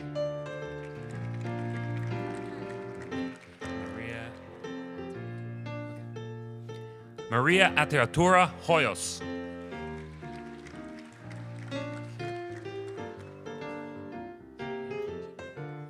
Angie Barreto.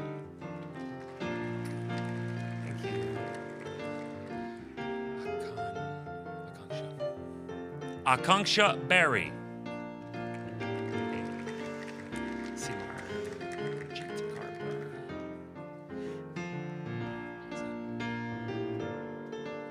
Simarjit Kaur Brar.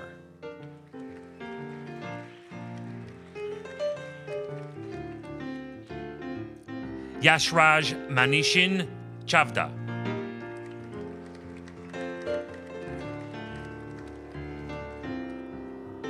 Brandon Komenga.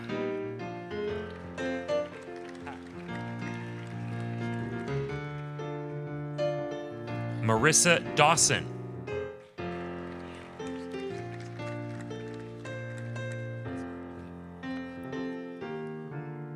Anisha Gurung.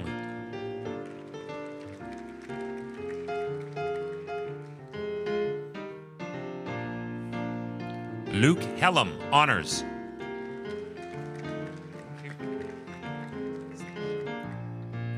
Saksham Kapoor. You're welcome.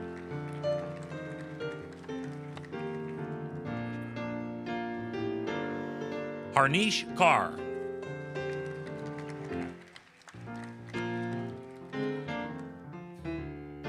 Jaspreet Kaur.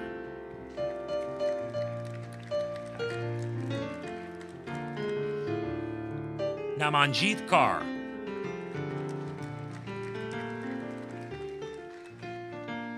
Parminder Kaur.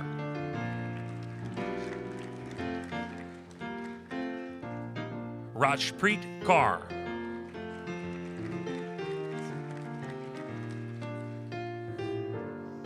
Ramanpreet Kaur.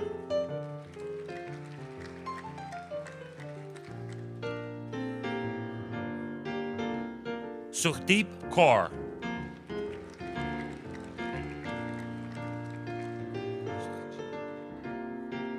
Sukhjit Kaur.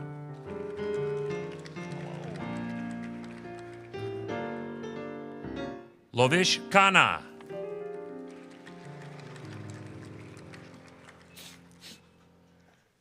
Raj Kumar.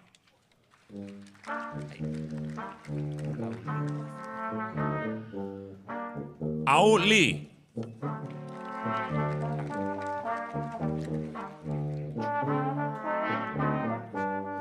Robert Jr. Loresco, honors.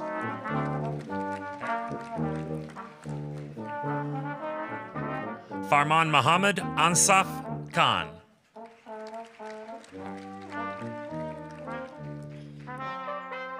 Amanda Murphy.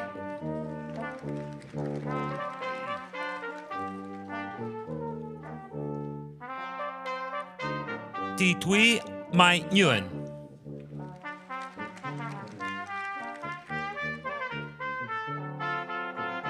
Sudeep Pandey.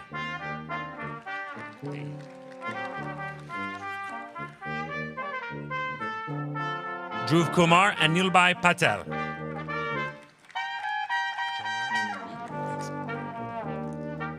Jonalyn Ruiz.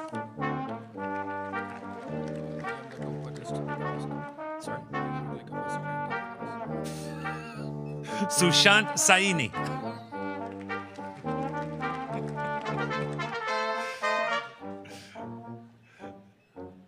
Sidi Ahmed Sidi Amar.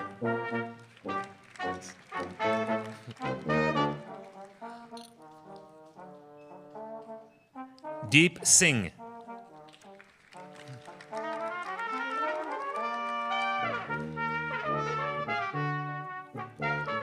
Gurjot Singh.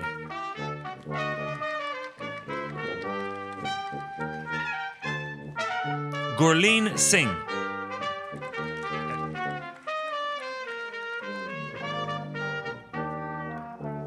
Karanvir Singh.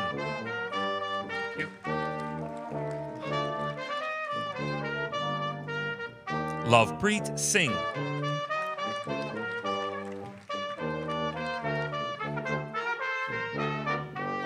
Riva Singh.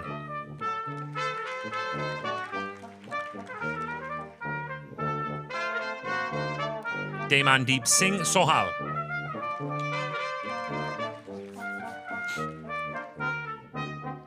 Travis Stewart.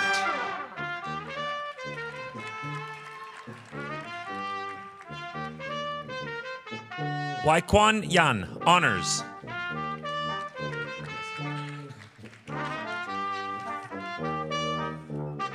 Business Accounting, Hamza Mujahid.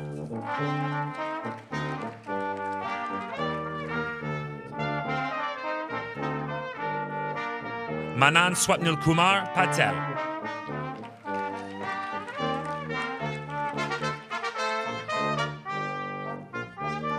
Samia Rawesh.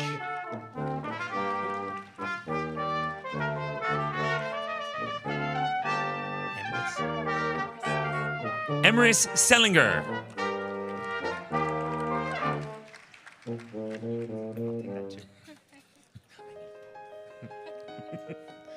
Business Marketing, Karen Dixon.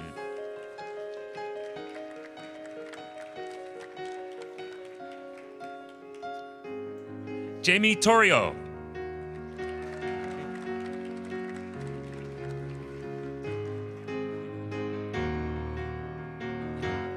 Thomas Van Huydonk.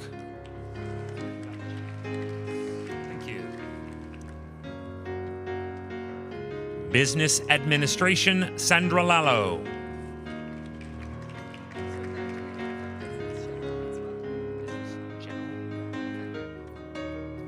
Kaylee Russell, who is also graduating from Business.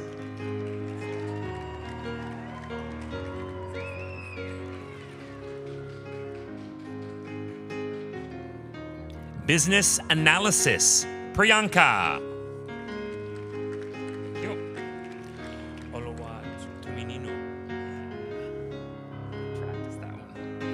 Aluatumininu Ademolu.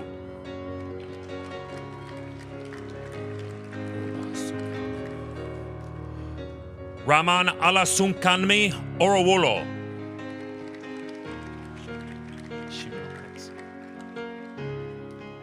Matthew Shamil.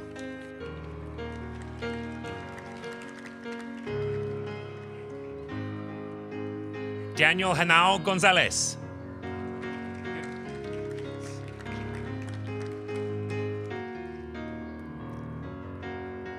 Aman Singh Jadun. Not yet, not yet. All right. Pooja Korasidya.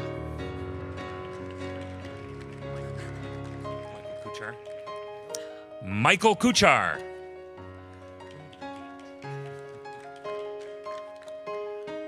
Joshua Mallow.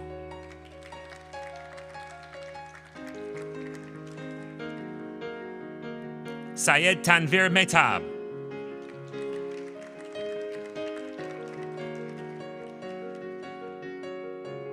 Jay Ramanbhai Munjani.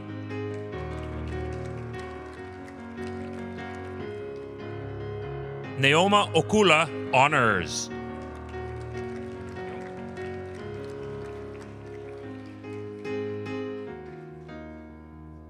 Okefe Omoraka.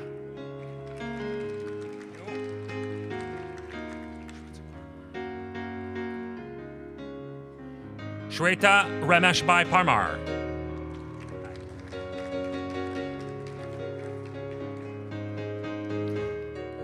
Druvil Patel.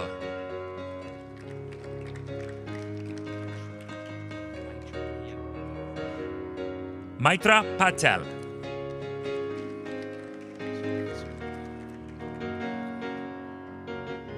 Sebastian Rincon Aguirre.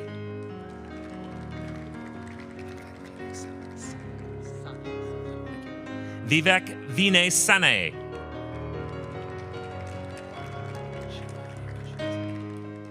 Shivani Rajiv Sati.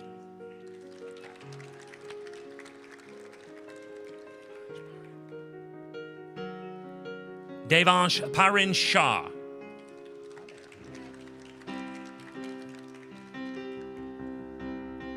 Dwani Sanjaybai Shah.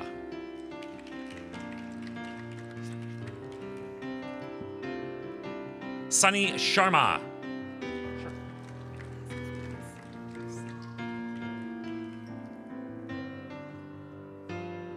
Vivian C.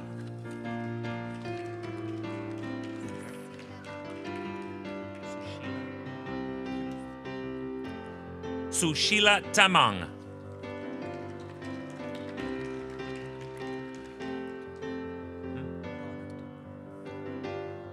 Ronak Takar. Changing it up. Human Resources Management. Edugi Yvonne Adeoti.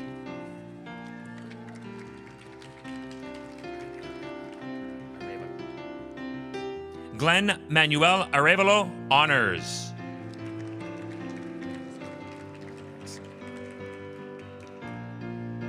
Sagar Aurora. Sahil. Do you know each other?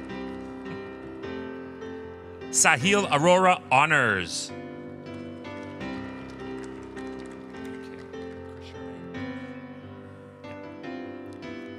Chris Charmaine Bueno.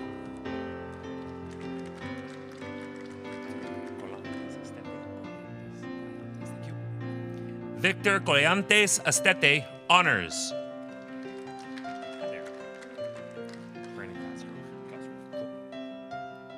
Brandon Cosgrove.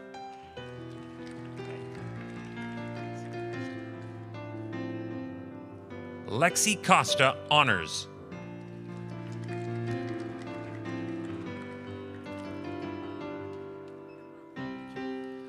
Sophia Gambale Honors.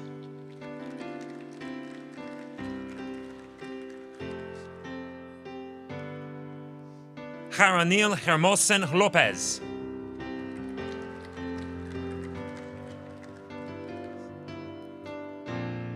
Adriana Patricia Gomez Paez.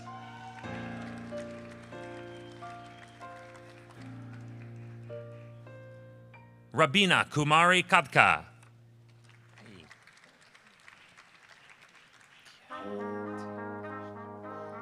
Kyati Ashishpai Mistry.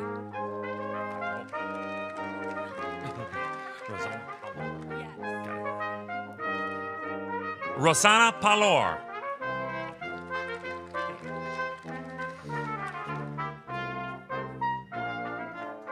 Divi Pareshbai Patel.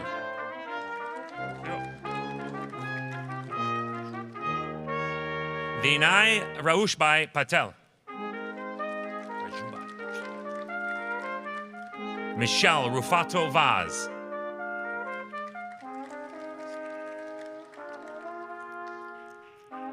Harpreet Kaur Sidhu.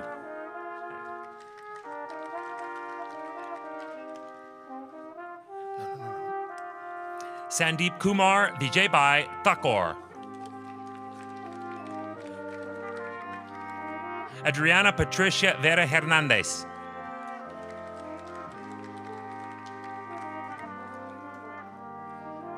Mary May Virarubia.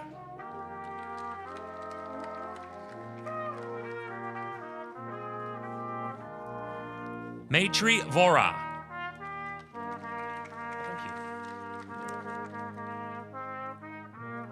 Project Management, Tamana.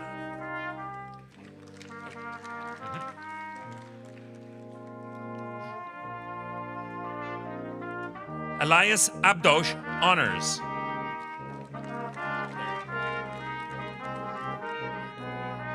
Muhammad Adalaya.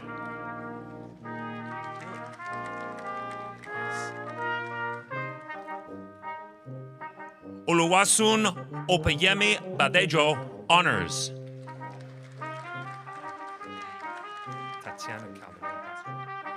Tatiana Calderon Castro, Honors.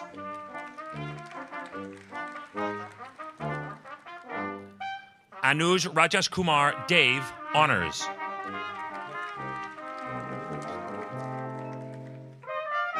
Lei Angelica Gatan.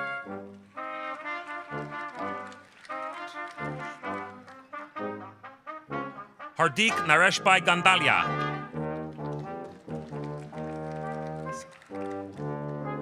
Fazila Hassan, Honors.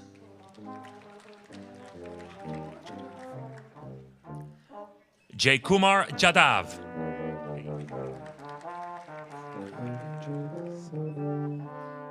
Krunal Ejason Jadav.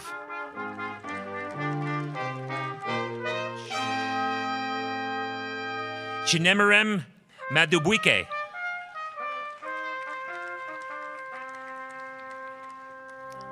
Ramandpreet Kaur Man.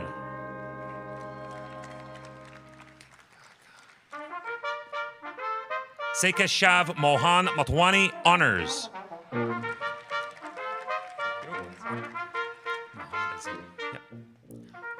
Mohammed Azim Mullah. Hi there. Okay. Faith Vincenta Nuizu.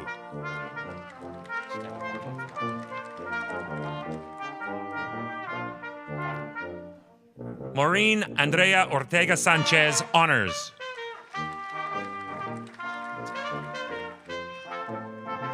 Chintan Amrutal Patel.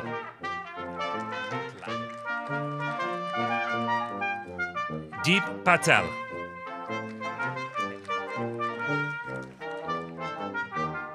Amin Shaima Parabam, Honors.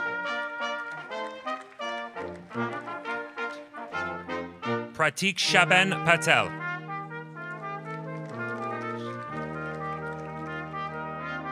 Yash Maheshbhai Patel, Honors.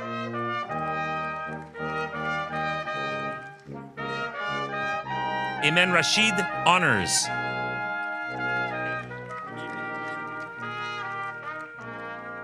Jimil Paresh Kumar Rami.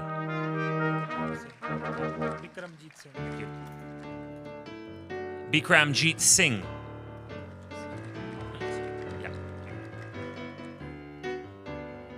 Harmeet Singh.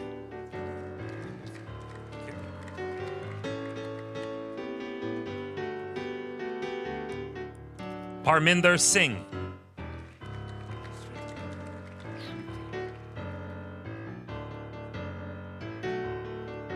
Shruti Tandon.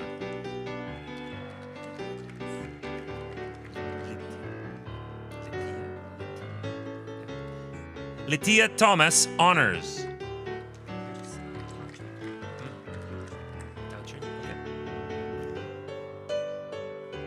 Tao Trin, honors.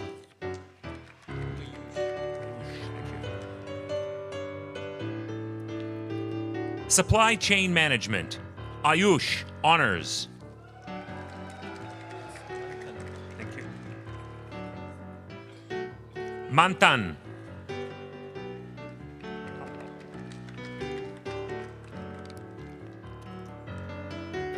Navdeep Kaur.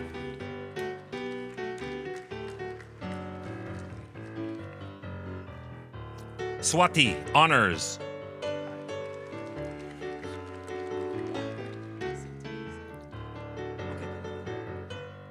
Teresa Adebokai, honors.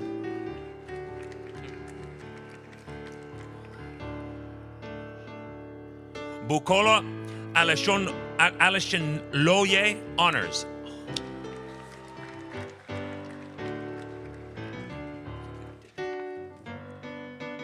Kaja Maksud Ali, honors.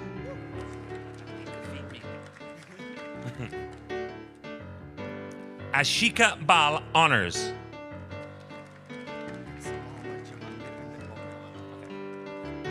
Mohammed Jangir Bambawala, honors.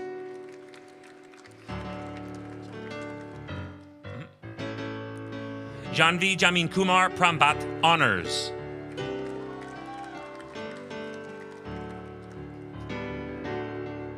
Michael Canton, honors.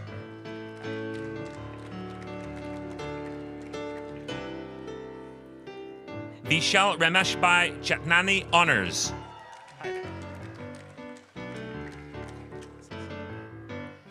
Alex Kolichon Sas, honors.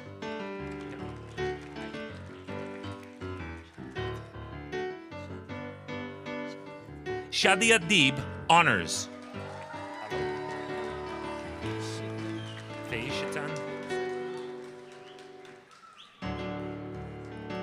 Feishatan Alusakin, honors.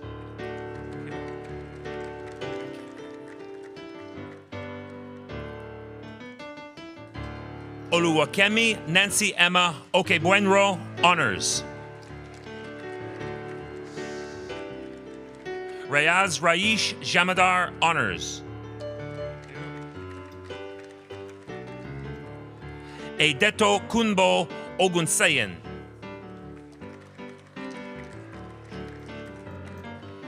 Het Yogesh Kumar Shah.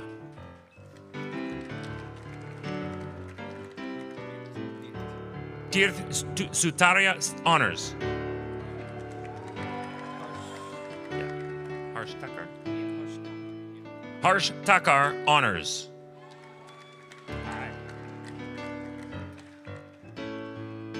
Maria Garcia Kayani, honors.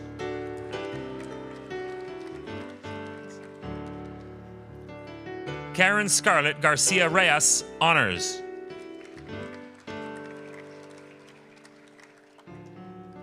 Okpet Toritse Gibaye, honors. Got it.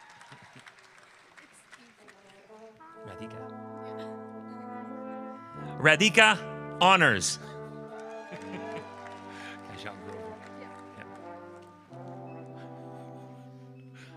Kajal Grover, honors.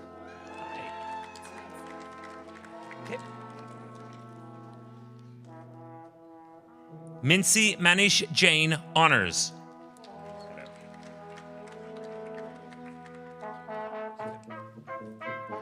Yong Suk Kim, honors. Shirag Makwana.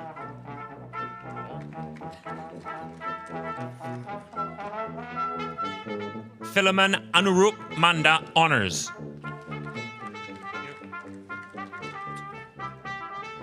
Atul Padmanabhan, honors.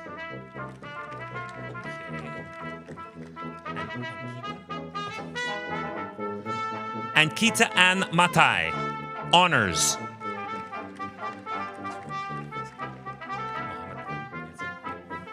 Mohammed Hadi, honors.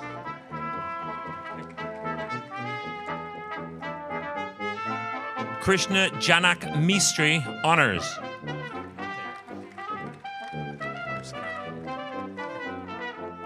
Moskan Monga, honors.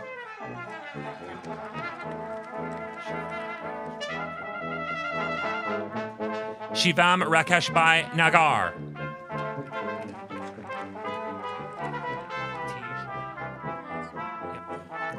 Tishuan Huing Yuan, honors.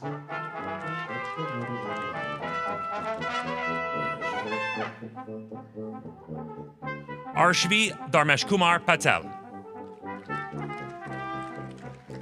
Got it. Himanshu Kumar Vishnubai Patel, honors. Javik Kumar Patel, honors.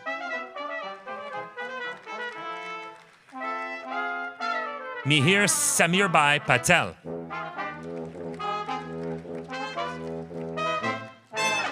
Ansi Paul, honors.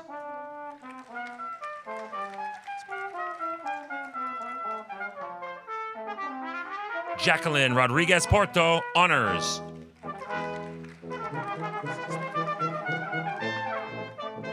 Manpreet Singh Sandhu, honors.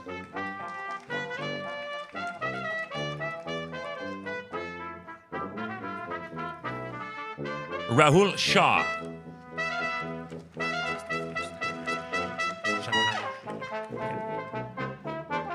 Shantanu Shukla, honors.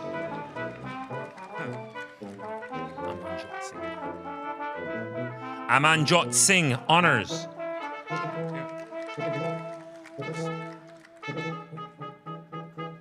Gursimar Singh, honors.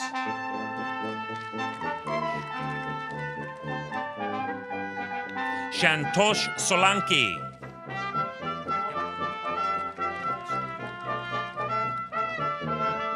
Sean Martin Stewart, honors. Anu Sunny, honors.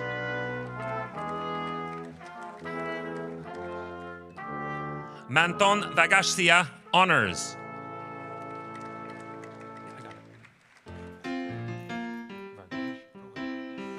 Rohan Varghese, honors.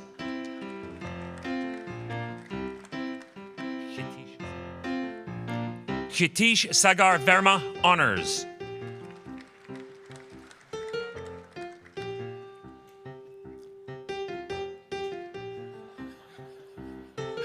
Kunal Verma, honors.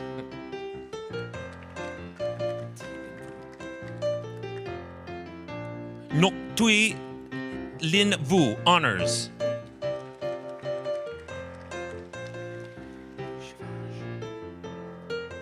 Shivansh Wadlia, honors.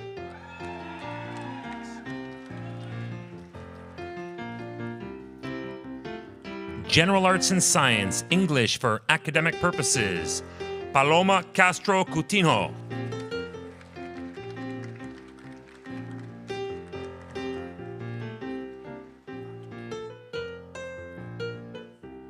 Na Tu Do.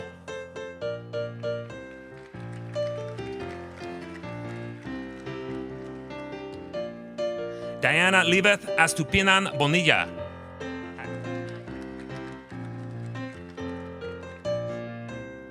Vivian Lara Vanagas, honors.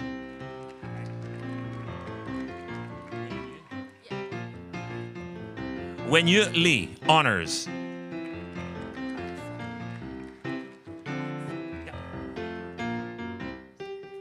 Masa Mohammad Alipur.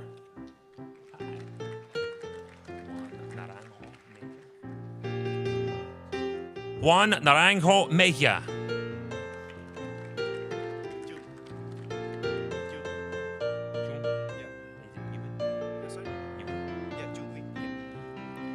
Tan Chun Yuin.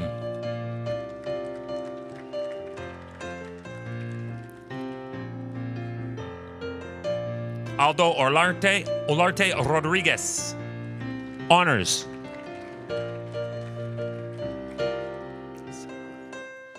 Selma Oliveira.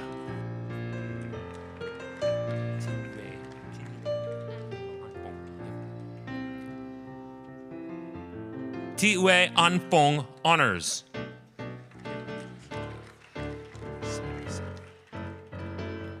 Jessica Sader Samra. Honors.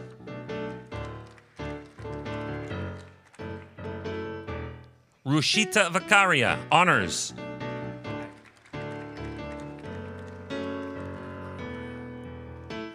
Laura Maria Zambrano Benjumanea.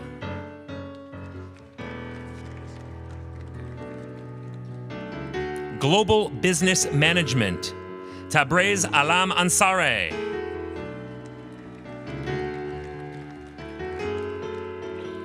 Sumit Saini.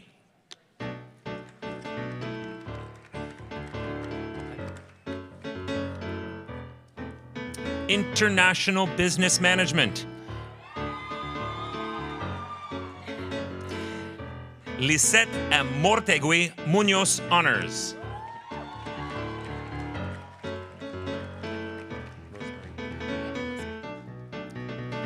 Rosemary Baby. Honors.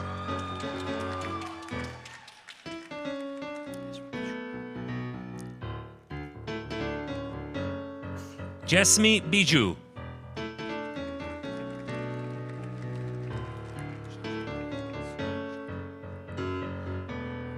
Shumit Chaudhry.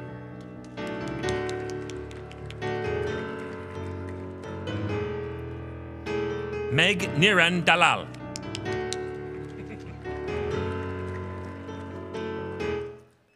Mary Evangeline de los Santos. Honors. Jocelyn George.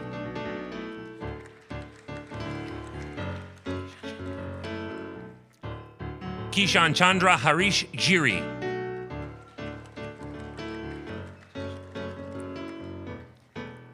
Liliana Leticia Gonzalez Gomez. Honors.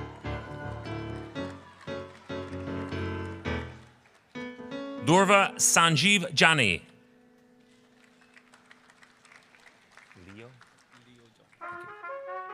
Leo John.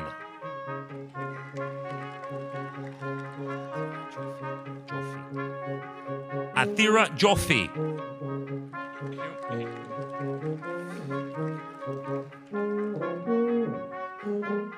Rutvi Verakumar Joshi.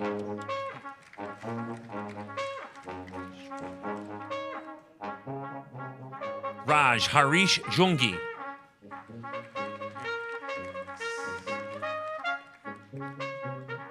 Ria Singh Khurana.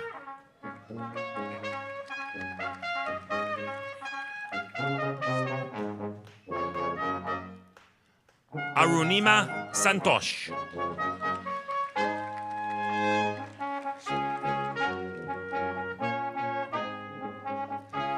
Sohil Jitendra Mehta.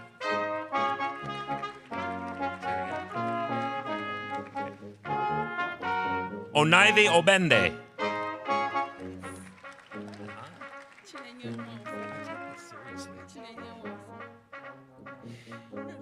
Chinyenyo Ofor. When she tried to pronounce it, that's what screwed me up. Thank you. Deborah Otegbaye. I get it.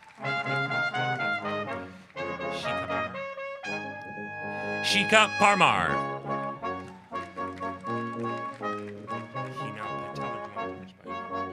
Okay. Hinal Dineshbhai Patel.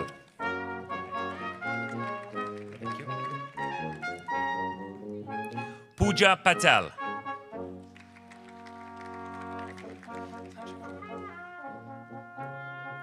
Prem Sanjay Kumar Patel.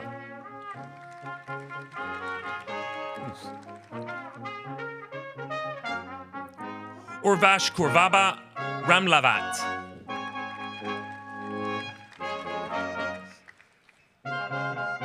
Bernadette Reyes, honors.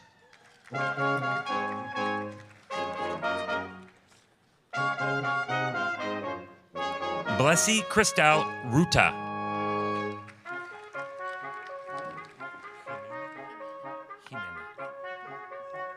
Sandra Jimena Salas Callejas, honors.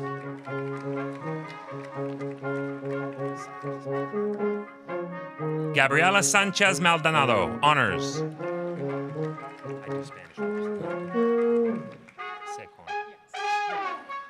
Parveen Kaur Sekon.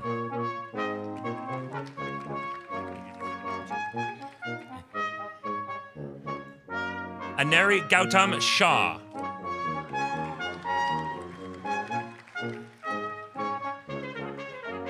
Umang Atulkumar Shah.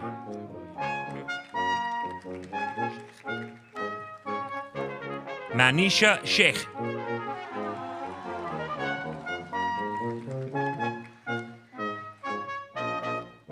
Banu Shri.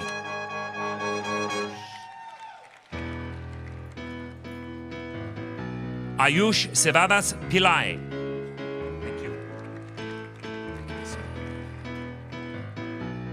Vikas Somane.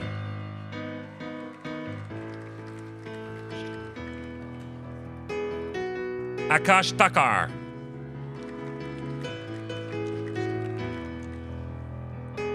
Varun James Thomas.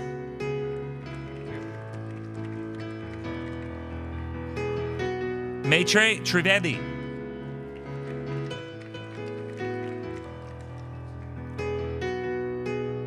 Ana Vega Ceballos.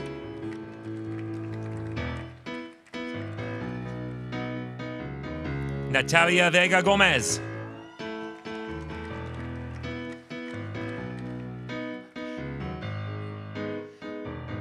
Bhavisha Verma.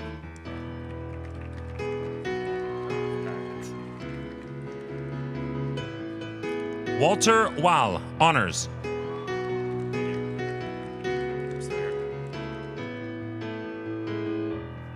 Ainga Valentin Vargas, honors.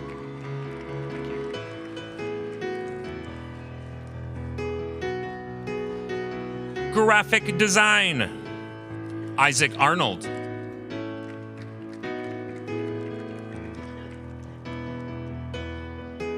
Saraya Butler Stubbs.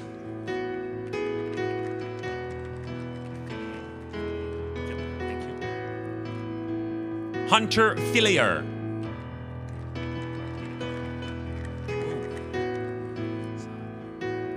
Photography, still and motion, Saad Khan.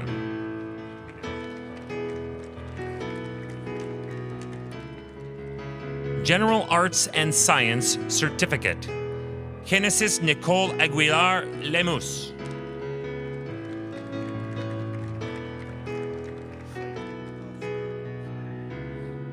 Joseph Flaherty.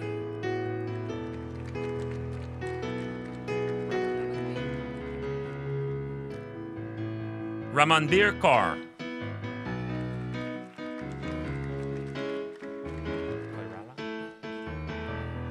Geeta Koirala.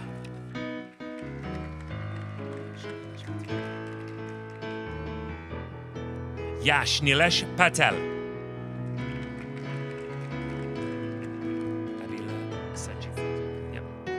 Abila Sajita.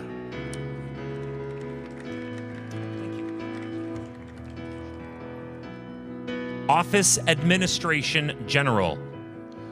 Khushi, honors.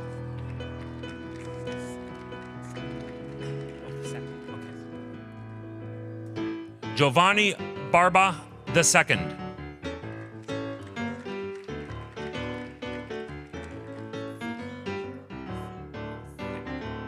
Zendi Miko Adesil Berhes.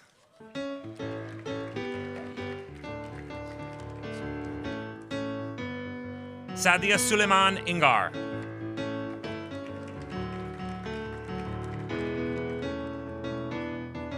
Kushbu Baksharbai Ratod.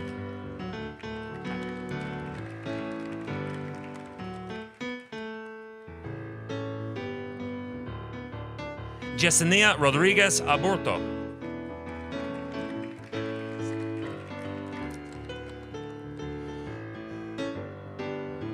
Purvi Saini.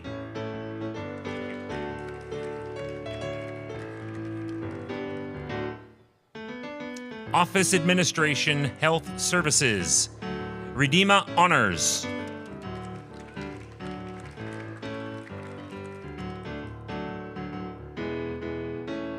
Yusra Awad.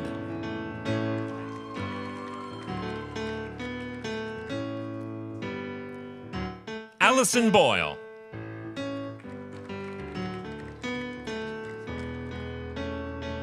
Andrea Camara.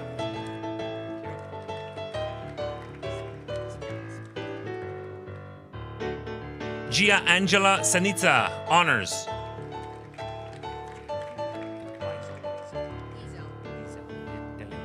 Lizel De Leon.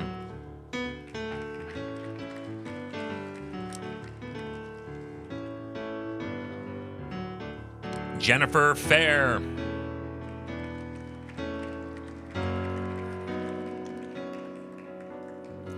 Diana Granoble Gonzalez.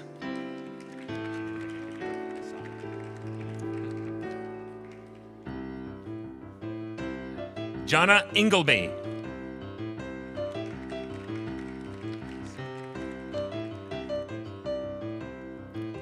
Gursirat Kaur.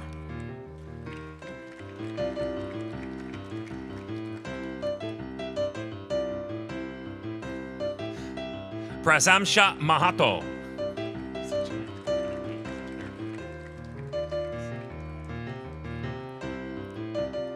Reshmi Rai.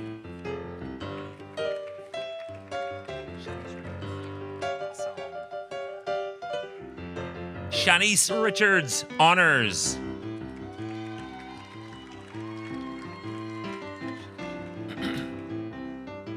And Shika Shaw.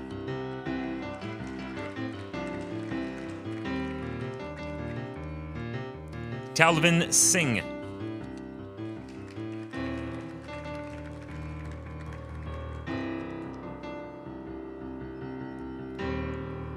Harwinder Kaur.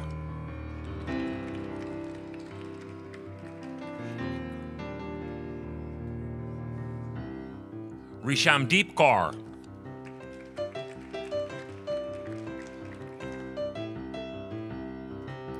Pawanpreet Kaur.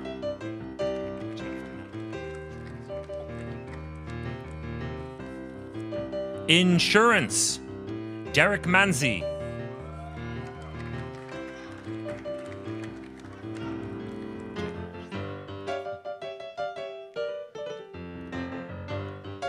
Jagraj Singh.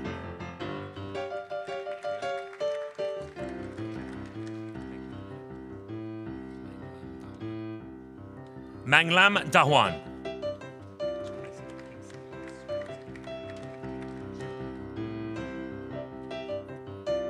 Shrusti Pitwa.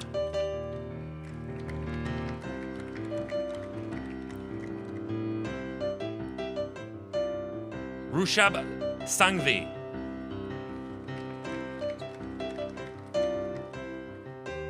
Pranav Laxman Shukla.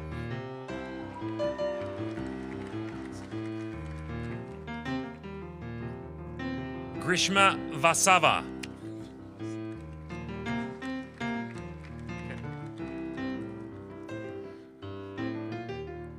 Gurinder Singh Bisla, Honors.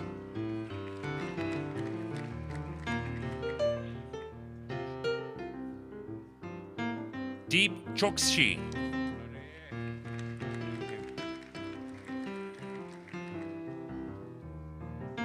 Dharmik Rajpurohit, Honors.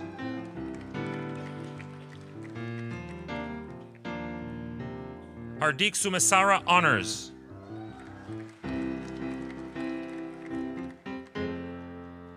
Kayuri Patel.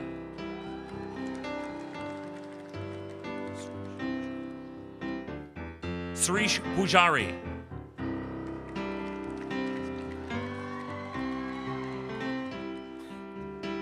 Jasmine Kaur.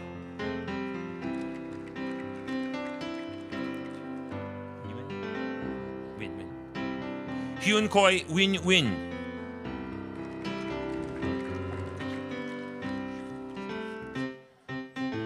The last graduate this afternoon is Sheikh Faisal bin Abdulaziz, Honors.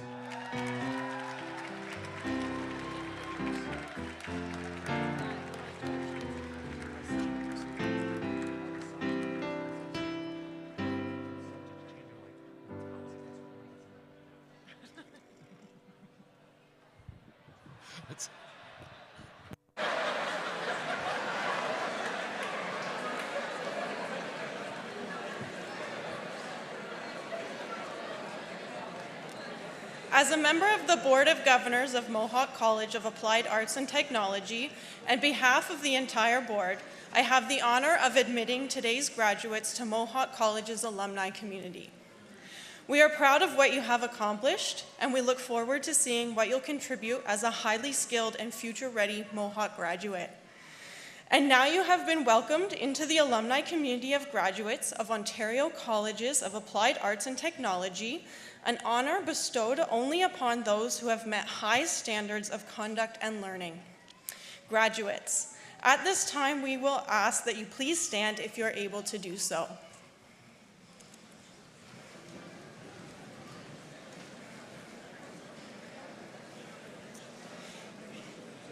In the name of Mohawk College of Applied Arts and Technology, I hereby charge you to safeguard the dignity and ethics of our community, cultivate the spirit of inquiry and innovation, celebrate your role as a local and global citizen, maintain through study the fresh viewpoint expected in an age of rapid advancement, and contribute in all of these ways to society in order that the dignity of humankind through you may be constantly reaffirmed.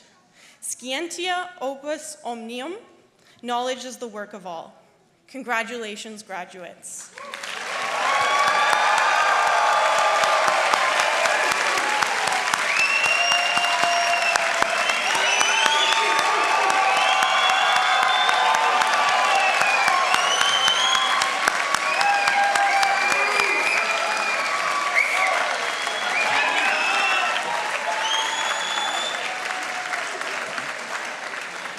Graduates, you can be seated.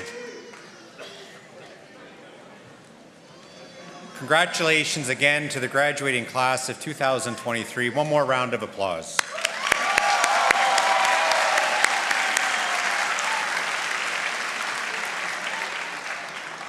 I also want to take this opportunity to thank the musicians for providing today's music, the Steel City Brass Collective, who are all Mohawk College alumni, and Mohawk College faculty member Dusty McCalley.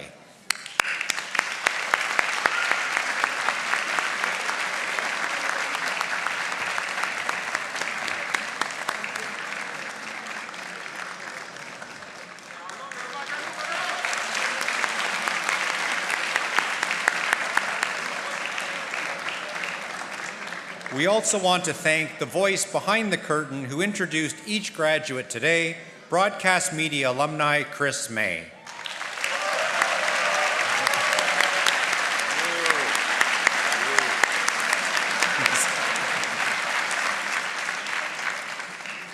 Self-serve photo booths are available for graduates, family, and friends to use following the ceremony in the C-Wing hallway behind the theater. Audience, please remain at your seats until all the graduates have left the theater. And now, graduates, family, and friends, I declare that your convocation ceremony is closed.